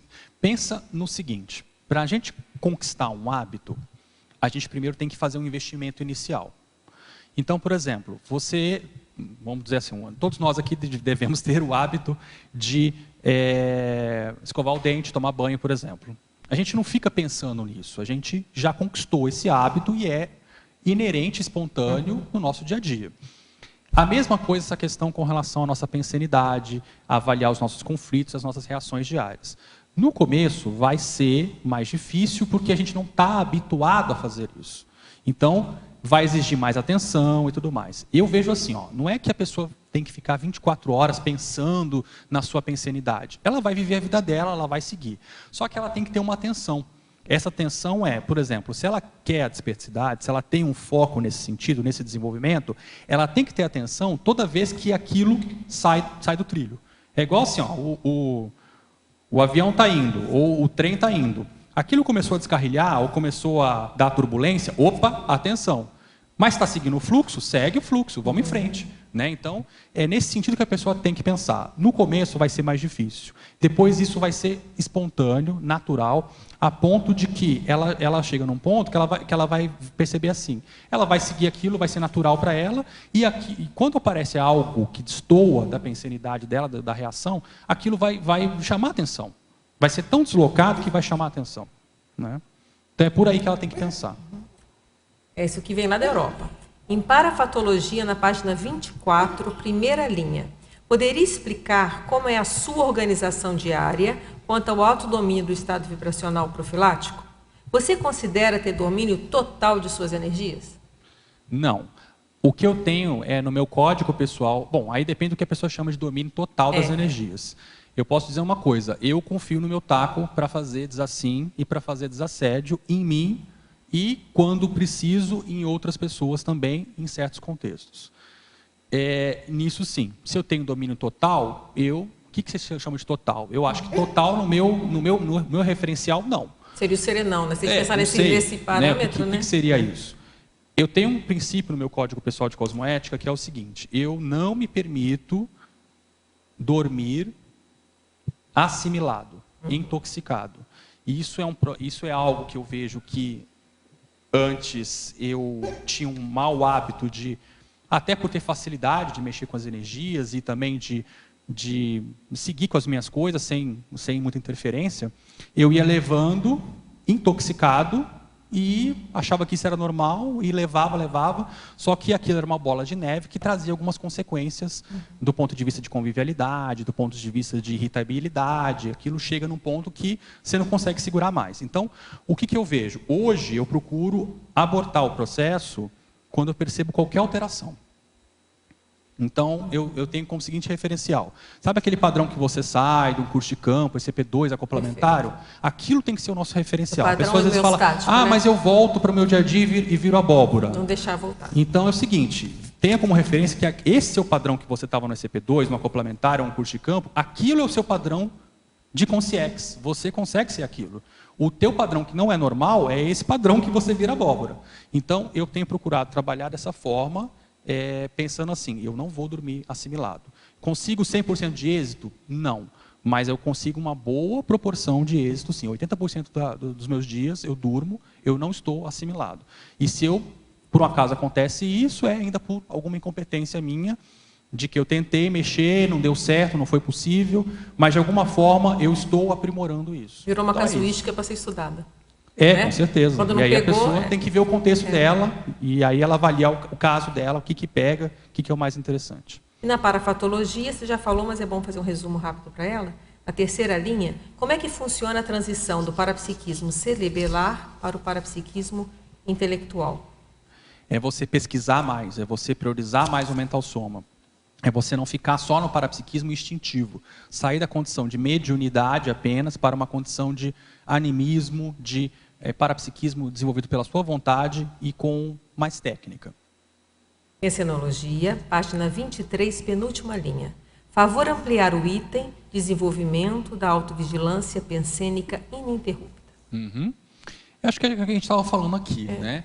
Isso no começo é algo mais difícil, depois vai se tornando mais natural. Eu vejo que o ideal é a pessoa começar a fazer isso. E, se possível, começar a fazer dentro daquilo que ela chama de conflito que ela tem. Então, por exemplo, uma situação, para ser bem prático, pega um conflito que você tem, uma situação que está te incomodando, que é recorrente, e avalia a fundo isso. E começa a pensar no seu dia a dia quando que isso se manifesta. E aí, ao invés de você, quando acontecer um erro de novo, você ficar para baixo, ficar se martirizando e tudo mais, que foi o que a gente comentou aqui agora há pouco, né, com o Felipe, procurar aprofundar isso, as suas reações, por que agiu dessa forma e como poderia agir de uma forma diferente. Acho que existe uma condição também séria de pragmatismo nisso. Então, além de você reciclar esse traço, uma coisa importante é você pensar, tá, então quando isso acontecer de novo, como que eu vou reagir? Que medida positiva eu posso colocar, implementar para mudar isso? E aí, aos poucos, a pessoa vai se entendendo mais, esses mecanismos, só que, ao mesmo tempo, ela já faz uma atitude pragmática, entende? Então, eu reajo mal com as pessoas, eu faço assim, tal, tá. Então, quando acontecer isso de novo, muda. O que você pode agir diferente? Pode ser assim, talvez fosse o ideal. Então, haja assim. No começo não vai ser muito natural, vai ser difícil, mas tenta fazer assim. E aí você vai avaliando como é que dá, como é que isso acontece. E aí a gente vai vendo que muitas coisas nossas são trafares, sim, até piores do que a gente imaginava, e outras coisas são mau hábitos. Então isso a pessoa tem que ver na prática, é a sugestão pragmática que eu dou. Quais técnicas, no caso do verbetógrafo, foram utilizadas para dominar a ortopensenidade? Reflexão, reflexão, reflexão, reflexão e reflexão. A pessoa tem que encontrar no dia dela um espaço que seja de meia hora para ela fazer mais reflexão. Essa reflexão envolve o quê? Envolve ela pensar sobre o dia dela, sobre como ela está se sentindo. Ler também é muito importante. Quando você está lendo, você faz reflexões. Se é uma leitura positiva, algo útil, faz muitas reflexões. Eu estou lendo agora o DAC, o Dicionário Amarelo de Argumentos da Conscienciologia. Quantas reflexões que aquilo faz? Nossa! Então, aquilo é importante. Está recuperando contos também. Exato. Né? Escrita, para mim, é muito importante. Eu faço muita reflexão escrevendo. Então, são sugestões pragmáticas. Eu, como sempre tive o hábito de escrever bastante, isso me ajudava. Na fatologia, página 23, final da segunda linha. Favor ampliar a respeito da anticonflituosidade desenvolvida a partir da autocrítica. Acho que é a terceira vez que aparece essa pergunta, né? Essa é bem recorrente. Eu colocaria o ponto que eu acabei de falar agora. Avalie aquele ponto que está mais te incomodando neste momento. Conflito é algo íntimo ou com outra pessoa, mas avalia o que te incomoda mais nesse momento. É isso aqui, é o que está me atrapalhando mais, é o que está mais travando a minha evolução, a minha desperticidade. Ok, vamos pensar sobre ele. Então, quando ele apareceu? Apareceu ontem, apareceu hoje de novo. Tá, em que contexto que isso apareceu? Escreve sobre isso. Então, olha, aconteceu com essa pessoa dessa forma, nesse contexto, eu reagi assim, o efeito é esse, depois os sentimentos que aparecem são esses. Ok. o que poderia ter sido feito diferente? Como eu vou agir uma próxima vez? Então, quando aparecer uma situação como essa, como é que eu posso reagir? Então, essas reflexões, elas são importantes, porque se a pessoa vai deixando passar, ela não pensa sobre isso e não faz a prevenção. Eu acho que esse é o ponto principal. Isso pode parecer uma coisa meio chata, meio cansativa, dar muito trabalho, não é. Se você já está saturado de algum conflito seu, de algum problema, faça isso. Com o passar do tempo, você vai fazer isso naturalmente. Isso vai ser mais tranquilo. Né? Agora, o mais sério, do ponto de vista de desassédio, é realmente encontrar esse tempo para reflexão. Porque a pessoa não contabiliza a quantidade de tempo que ela fica com autoassédio, né? Exatamente. Então é tanto tempo que ainda vai ser menos se ela começar a fazer autodesassédio do que o próprio assédio. Muitas perguntas estão passando por isso e eu gostaria de frisar aqui. Gente, é importante vocês encontrarem no dia a dia de vocês espaço para reflexão, para autopesquisa. E aí quando eu falo isso, não é só papel branco, ficar escrevendo lá assim. Pode ser, mas como eu já disse aqui, é escrevendo um artigo, um livro, é lendo um livro, é assistindo uma aula de tertúlia online, tudo isso são elementos para reflexão. E vai ter momentos que você vai estar fazendo suas reflexões, sim, sobre as suas condutas, sobre a sua atitude. Mas crie isso, um hábito. Você não tem, a gente não fala aqui do hábito dos 20 vezes por dia? Então faça o hábito da reflexão diária também. Então o professor Waldo fala das 5 horas de reflexão. Pode fazer isso, mas no dia a dia, faça 15 minutos, meia hora de reflexão que você faça recolhimento. Isso vai ajudar demais. Por quê? A vida vai levando, vai acontecendo, vai atropelando e a gente vai deixando passar as oportunidades de reflexão e de reciclagem. Professor Alexandre Nonato, por gentileza, eu agradeço, se possível, a sua resposta para as seguintes perguntas. Ok. Eu gostaria de saber como fica o seu parapsiquismo enquanto desperto. É uma consequência, né? Na verdade, eu vejo assim. Estava até pensando sobre isso, né? Muitas pessoas perguntam assim: como é que você se sente como desperto? Mas como é que é ser desperto? Né? Até no verbete do Marcelo apareceu bastante isso e eu vejo isso em outros casos também. Olha, eu me sinto bem, normal, né? O que poderia ser de especial isso, né? Na realidade, o que eu vejo? A gente às vezes pensa na questão da escala evolutiva como algo estanque. Ou seja, a pessoa saiu do pré-serenão para o desperto, ela superou tudo que ela precisava daquele nível para chegar à desperticidade. E não é assim. Significa que a pessoa, na média das manifestações dela, ela se manifesta daquela forma. E vai indo gradualmente, né? Não salto. Puf, agora saí. Eu sei que o nosso tempo está corrido aqui, mas eu acho que é um ponto importante de esclarecer, porque é recorrente vários verbetes e várias situações. E é importante esclarecer. Se você se considera, por exemplo, um pré-serenão vulgar, uma isca inconsciente, você está lá com 25% da sua escala evolutiva, certo? Mas isso não significa que você, em todas as suas manifestações, você é 25%. Você pode ter manifestações da sua consciência que é de um serenão. Naquele atributo específico, você é um serenão.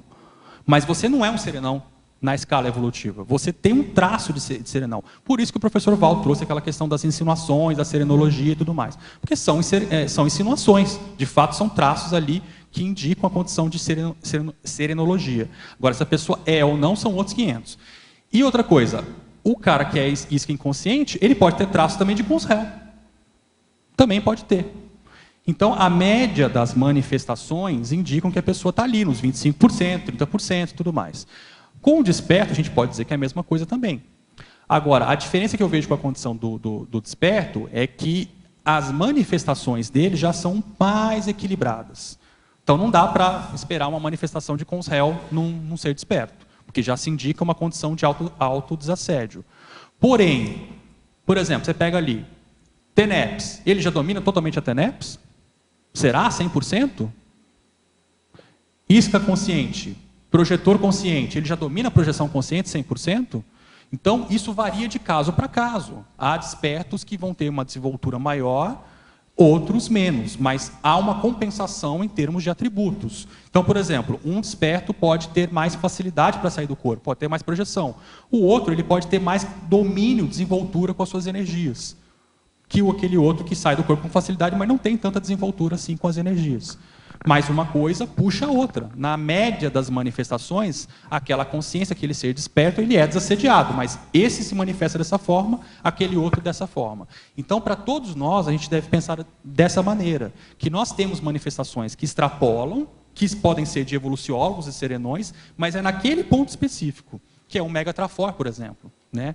E, ao mesmo tempo, podemos ter manifestações que são lá embaixo, né? E, na média, sai aquela pontuação. Isso é importante falar para desdramatizar a condição de não achar que a coisa é estanque, de não achar que a coisa... Não, a pessoa é desperto. Tudo, então, ele é superior em relação ao pré-serenão. Não.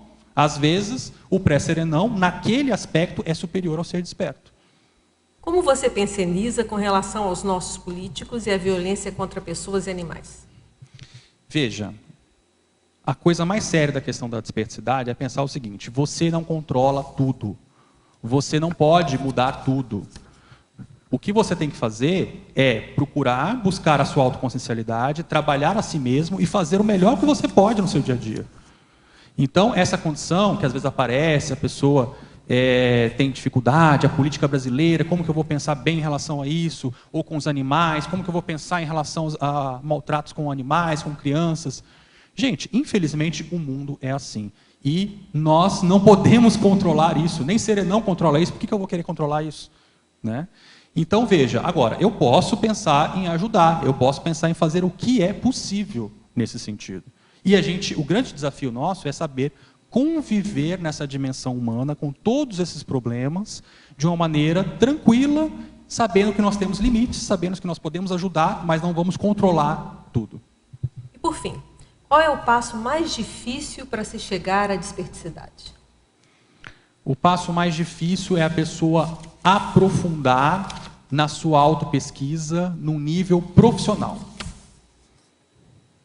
A partir daí, a pessoa vai ter derivações disso, mas eu vejo que, assim, no meu ponto de vista, eu acho que a gente já poderia ter mais despertos hoje, não fosse o nível raso de autopesquisa que nós temos. Eu digo isso no meu caso pessoal.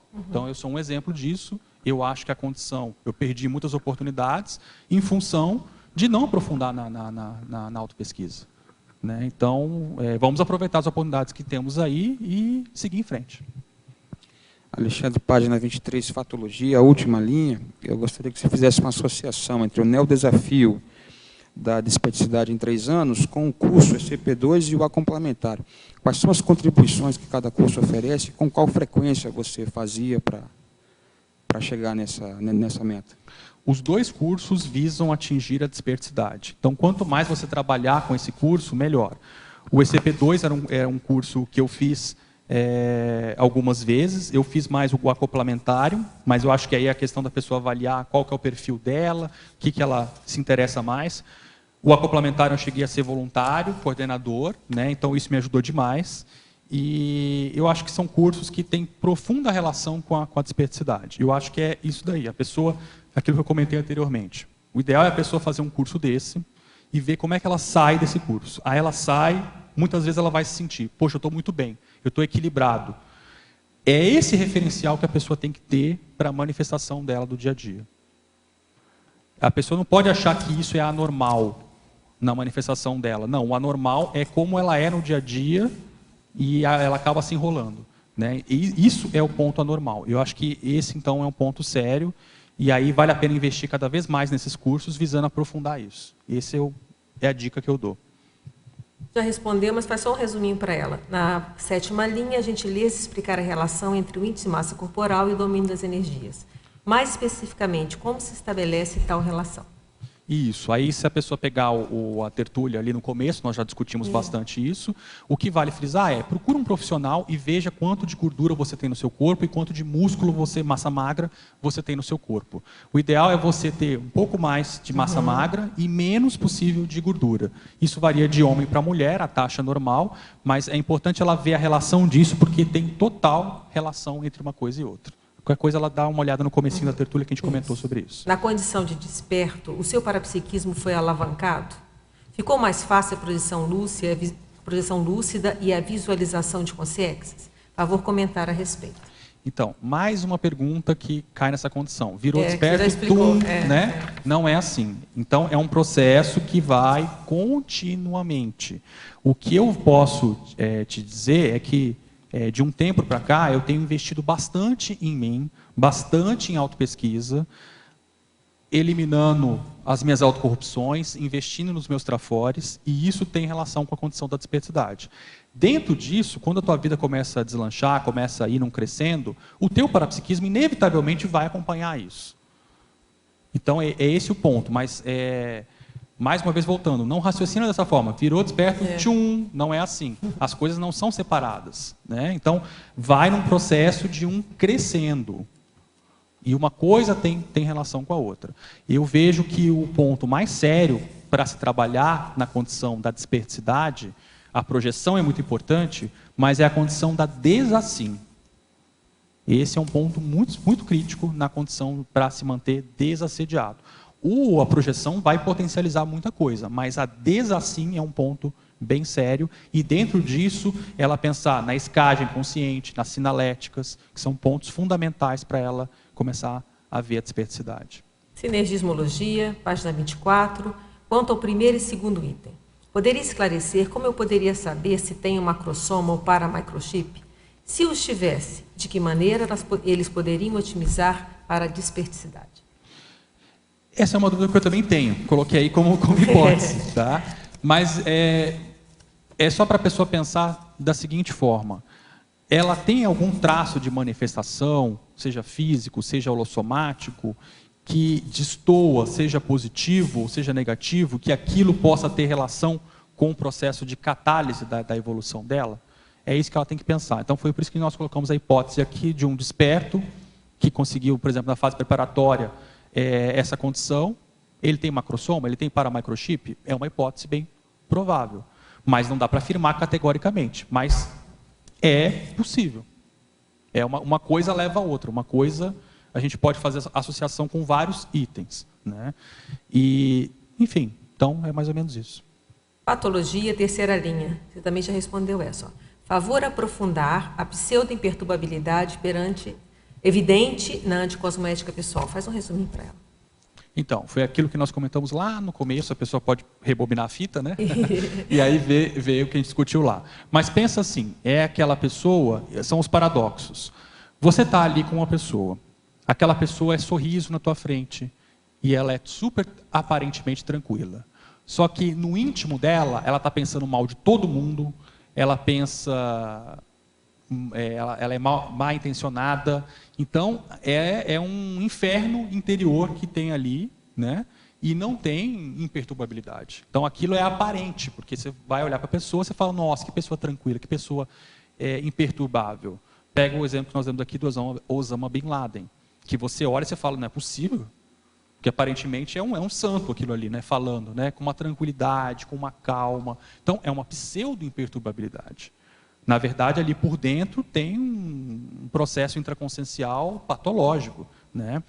E o outro lado também é a pessoa se enganar com certas manifestações. Então, a pessoa, muitas vezes, tem reações não santificáveis, vamos dizer assim, entre aspas, para bancar um desassédio, para fazer alguma coisa, e ela acha que ela é perturbada.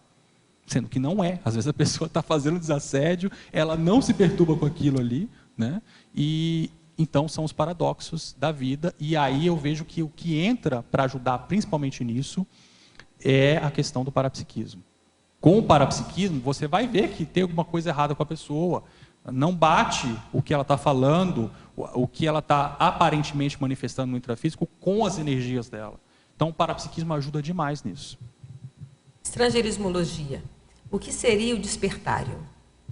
Despertário é um local, um ambiente otimizado para o desenvolvimento da desperticidade.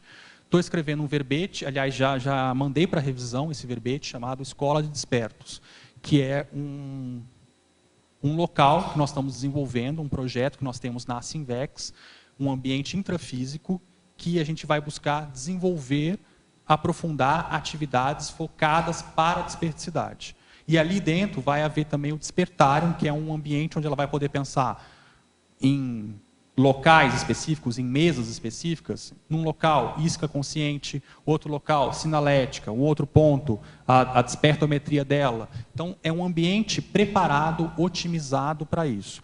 Eu coloquei lá no verbete da seguinte forma: todas as ICs são, até certo ponto, uma escola de despertos. Então, aqui no CAEC, nós temos o tertuliário, nós temos a holotec, nós temos o acoplamentário. Do ponto de vista lato sensu, a gente poderia dizer que todas as ICs mexem com atividades para desperticidade, é uma escola de despertos. Do ponto de vista estrito sensu, mais específico, é o que a gente vai procurar fazer dentro do campus de vexologia, que é um local otimizado, específico para trabalhar com a desperticidade.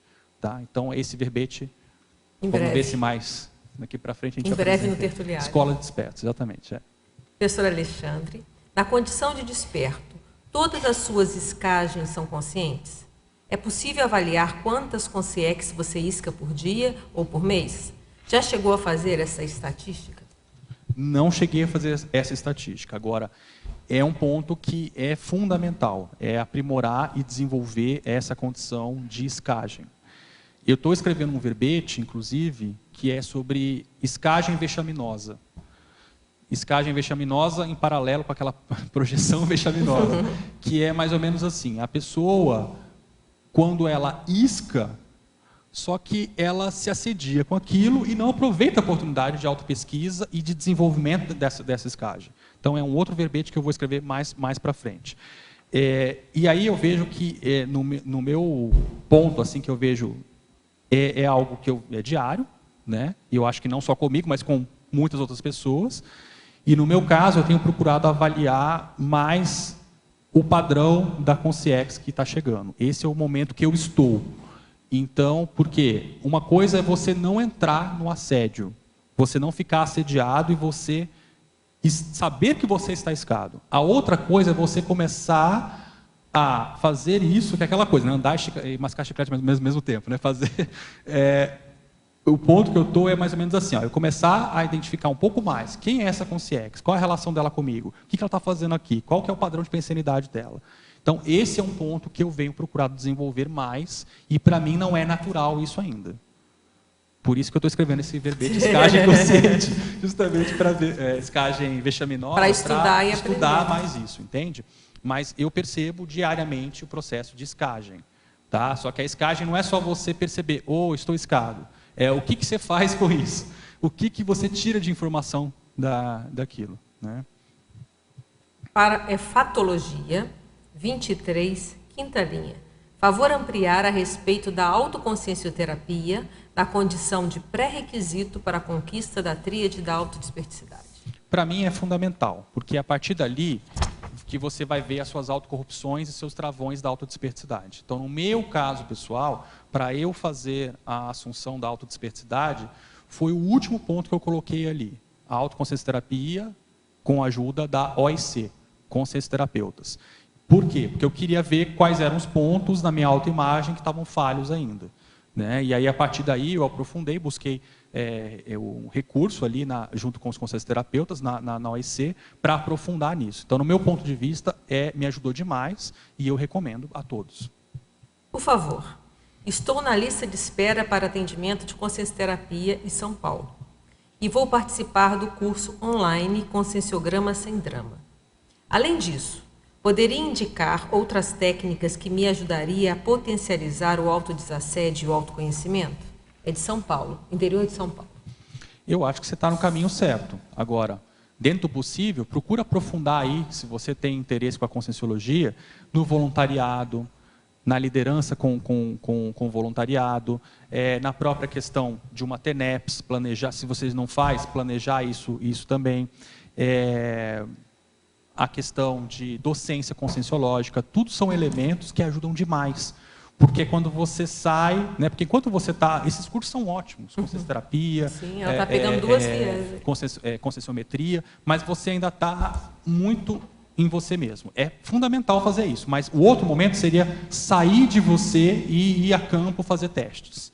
Então, quando você fizer isso daí, investe, aprofunda mais nessas questões para ver como que você vai estar na prática. É essa a recomendação que eu dou. Você quer falar alguma coisa sobre a OIC? Alguma coisa? De fato, está bem concorrido, né? Tem a unidade da OIC lá em São Paulo, a pessoa já está inscrita, ela já né? deve estar na lista. E ela deve conhecer já, então se já está fazendo conscienciograma sem drama, acho que vai ajudar. Estado vibracional, eu pensei, a hora que você estava lendo a pergunta, me veio essa técnica que é fácil, né? Daria fácil de começar a aplicar. Em casa mesmo ela pode tentar. Eu pensei isso. Já otimiza, quando ela for chamada já está... Isso que eu pensei.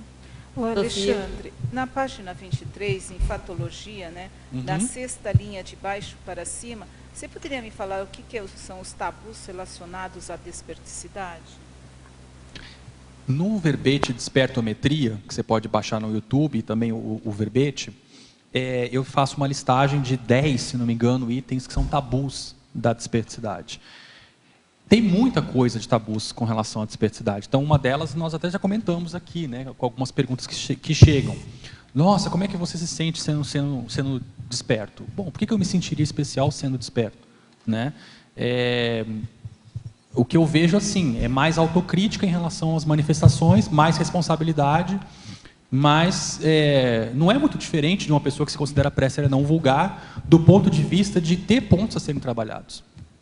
Muda de patamar algumas coisas, porém, tem que pensar que existem pontos a serem trabalhados ainda. Né? Então, se você for pensar, mesmo você desconsiderando aquela questão que foi falada, olha, você pode ter traços de evoluciólogo e traços mais para baixo da sua escala evolutiva. Mas mesmo pensando nisso daí, ainda há muitas lacunas. Então, um ser desperto, se ele está 50%, vamos dizer assim, ele tem outros 50% para trabalhar ainda, com relação até chegar à serenologia. Ou seja, é muita coisa para ser trabalhada. Então, esses são tabus, entende? Que existem, e muitos outros. O ser desperto, né? Aquela consciência que tem um amor incondicional, que é aquela visão que tem do ponto de vista da religião. Que aí vem a questão da pseudo-imperturbabilidade. Então, muitas dessas figuras dentro da religião, que falam muito em amor incondicional, não que não seja bom isso, é ótimo, maravilha. Só que muitas dessas personalidades são perturbadas. Então, do que adianta falar tanto em amor incondicional e aquela tacom toda, se a pessoa está muito perturbada, né? Não estamos falando mal dessa questão de amor incondicional, é importante, mas são tabus e mitos que se tem em relação a isso, a idealização, uma santificação que se faz da desperticidade. Desperticidade não é para ser santificada, né? É uma condição de uma pessoa que está investindo e já chegou num ponto que ela fala, bom, desassédio e autoassédio e uma condição de se perturbar com a heteroassédio, eu já consigo bancar isso, entende? Entre outras coisas mais, mas o básico seria isso, entre esses pontos que nós falamos aqui. Agora, nessa mesma página, em Pensenologia, o holopensene pessoal da autodesperticidade. O que seria esse? Seria que o holopensene tem esse desperto. Quais são as características? Então, por exemplo, uma situação prática. Você pode pegar o verbete de domingo do professor Marcelo e o meu verbete e compara a minha personalidade com a dele. Então, um outro mito tabu que tem na Conscienciologia. Olha, essas técnicas de vocês homogeniza demais as pessoas. Então, as pessoas vão ficar tudo iguais, porque vocês propõem coisas iguais. Besteira, pelo contrário. Quanto mais a pessoa caminha na Conscienciologia, mais singular ela fica. Então, eu até comento isso, porque o Marcelo, a gente está puxando a questão da coordenação da Sinvex, e eu fiz o convite para ele justamente por isso, porque o temperamento dele é totalmente diferente do meu. O meu temperamento é uma coisa, o temperamento dele é outro. Os trafores que ele tem complementam um do outro, os trafares também. Então, nesse ponto, assim, é bem interessante ver esse perfil. Qual que é o holopensene desse desperto? Qual que é o holopensene desse daqui? Para ver a singularidade.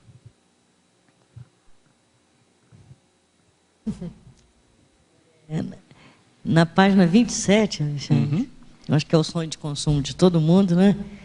Comenta para a gente, explana um pouquinho essa frase enfática.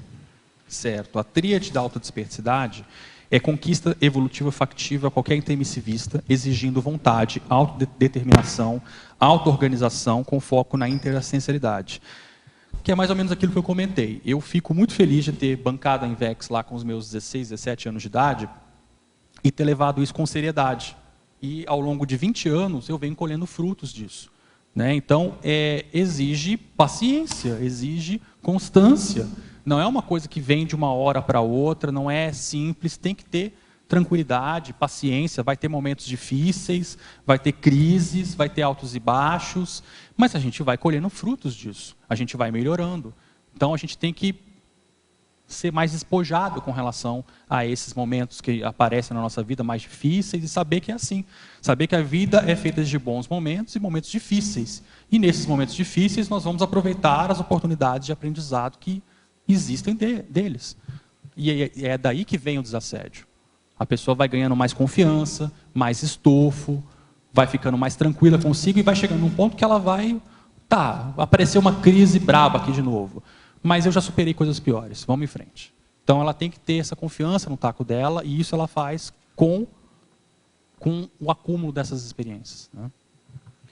Alexandre, página 26, o item cosmoética. Tem dois temas ali que eu não estou conseguindo muito definir. Tá. O item 5 e o item 8.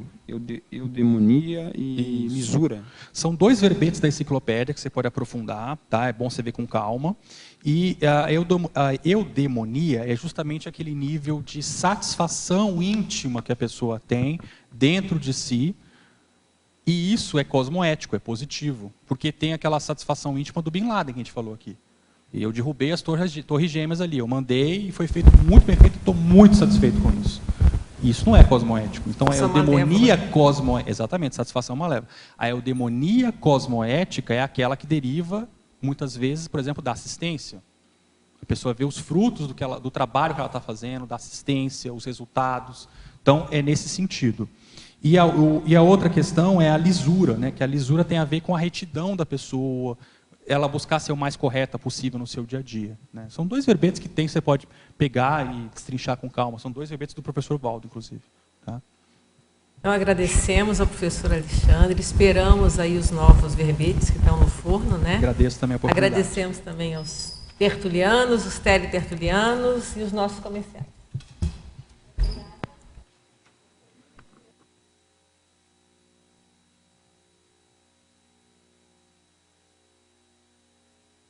Perguntas presenciais e 30 perguntas online. Agora nós passamos aos recados. A Flora vai falar sobre o Congresso da Inversão Existencial. A Marta Ramiro, primeiro simpósio de teáticas da Conscienciologia. A Marta Brito, o curso Energometria. A Fernanda, o curso Agenda Autodesassediadora. E a Sueli, a segunda semana da Paradireitologia. Boa tarde a todos. A Sinvex gostaria de convidar a todos os tertulianos e teletertulianos para participarem do 11º Congresso de Inversão Existencial, que ocorrerá aqui em Foz do Iguaçu, dos dias 14 a 17 de julho de 2014. Tá? Esse evento, ele terá, a temática dele é sobre Greenvex, e ele vai ser um evento histórico porque terá alguns acontecimentos bem importantes para o histórico da Invexologia. O primeiro será a comemoração dos 10 anos da Sinvex. A gente vai fazer essa comemoração durante o congresso. Outra questão também vai ocorrer a primeira prova de Invexologia, tá? Que a gente também vai fazer durante o congresso. Essa prova é aberta a qualquer pessoa que tenha interesse em aprofundar mais no estudo e medir, mensurar o seu conhecimento sobre a Invexologia. E também esse vai ser o primeiro congresso que vai acontecer dentro do campus da Sinvexes. Então, esse evento ele tem um caráter histórico por conta desses e outros projetos também que a Sinvex vai lançar durante o congresso. Então, não fiquem de fora dessa oportunidade. E maiores contatos, você pode entrar através do e-mail contato@sinvexes.org ou pelo telefone 45 9804 0711. Obrigada. Boa tarde a todos. Nós queremos, em nome do CAEC e dos Colégios Invisíveis da Conscienciologia, convidá-los para a primeira semana paracientífica da Conscienciologia, em que está inserido o primeiro simpósio Teáticas da Conscienciologia. Esse simpósio vai acontecer dias 25, 26 e 27, dentro, como eu já falei, da Semana Paracientífica. O que é a Semana Paracientífica? É o encontro anual de pesquisadores dos Colégios Invisíveis da Conscienciologia e também de instituições conscienciocêntricas. E o objetivo principal é dinamizar o holopensene das especialidades conscienciológicas em eventos de integração interdisciplinar. Então, no último dia, no dia 27, nós teremos os trabalhos voltados para o preparo parapsíquico para a pré-intermissão. Nesse dia 27, nós vamos ter o primeiro trabalho, autoconscientização paracognitiva prioridade do autoparapsiquismo na pré-intermissão, professor Ulisses Schlosser. O segundo trabalho, pré-intermissiologia como técnica para-reurbanológica, professor Alexandre Baltazar. E o terceiro, teática da focalização consciencial, professor Roberto de Almeida. Todos estão convidados. Maiores informações pelo telefone 045-3525-2652. Repetimos o telefone para você anotar com mais calma. 045-3525-2652. Obrigada e até lá. Boa tarde. Dias 7 e 8 de junho próximo, próximo fim de semana, acontecerá o curso Energometria do professor Mário Oliveira, na sede da CIP, no Polo Discernimento. É um curso com práticas energéticas, facilitando ao aluno identificar o seu perfil parapsíquico. Tópicos principais: força presencial, talentos parapsíquicos, atos antiparapsiquismo e parapsiquismo no cotidiano. Pedimos aos interessados fazer a inscrição com antecipação, pois as vagas são limitadas. Mais informações pelo telefone 45 2102 1421 ou pelo e-mail acip@acip.com. Obrigada. O CAEC e a Intercons convidam a todos para participar do curso Agenda Autodesassediadora. O curso vai ocorrer aqui no CAEC, no dia 10 de junho. É um curso prático. A pessoa vai poder, a partir da sua própria agenda, a sua agenda atual, ser auxiliada pelos professores do curso, João Aurélio Bonassi e Kátia Aracaki, a montar uma agenda personalizada, a estabelecer alguns critérios no agendamento de compromissos, a tomar resoluções prioritárias e a compreender a interação do seu temperamento com a sua produtividade. As inscrições podem ser feitas na recepção do CAEC, pelo telefone 3525-2652, e também no site mais informações, consglobal.org. Obrigada. Boa tarde a todos. Em nome do CAEC e da Pré-IC Juriscons, tenho o prazer de convidar você a participar da nossa segunda semana da Paradireitologia, que acontecerá do dia 5 de agosto ao dia 13, tendo um fórum, um acompanhamentário com 4 epicons e também oficinas temáticas. Eu quero ressaltar que nesse fórum nós vamos ter a conferência de abertura da desembargadora Vanderlei Terezinha Kubiak, que será aberta ao público sobre o tema Novas Perspectivas no Judiciário Brasileiro à luz da Paradireitologia. Teremos também debate sobre democracia pura e relações de poder na CCCI. E quero informar que a Juriscons não é só para advogados. Qualquer um de nós que tenha interesse e tenha afinidade com o tema será sempre bem-vindo. Maiores detalhes no CAEC pelo telefone 45 3525-2652 ou pelo e-mail caec@caec.org. Grata.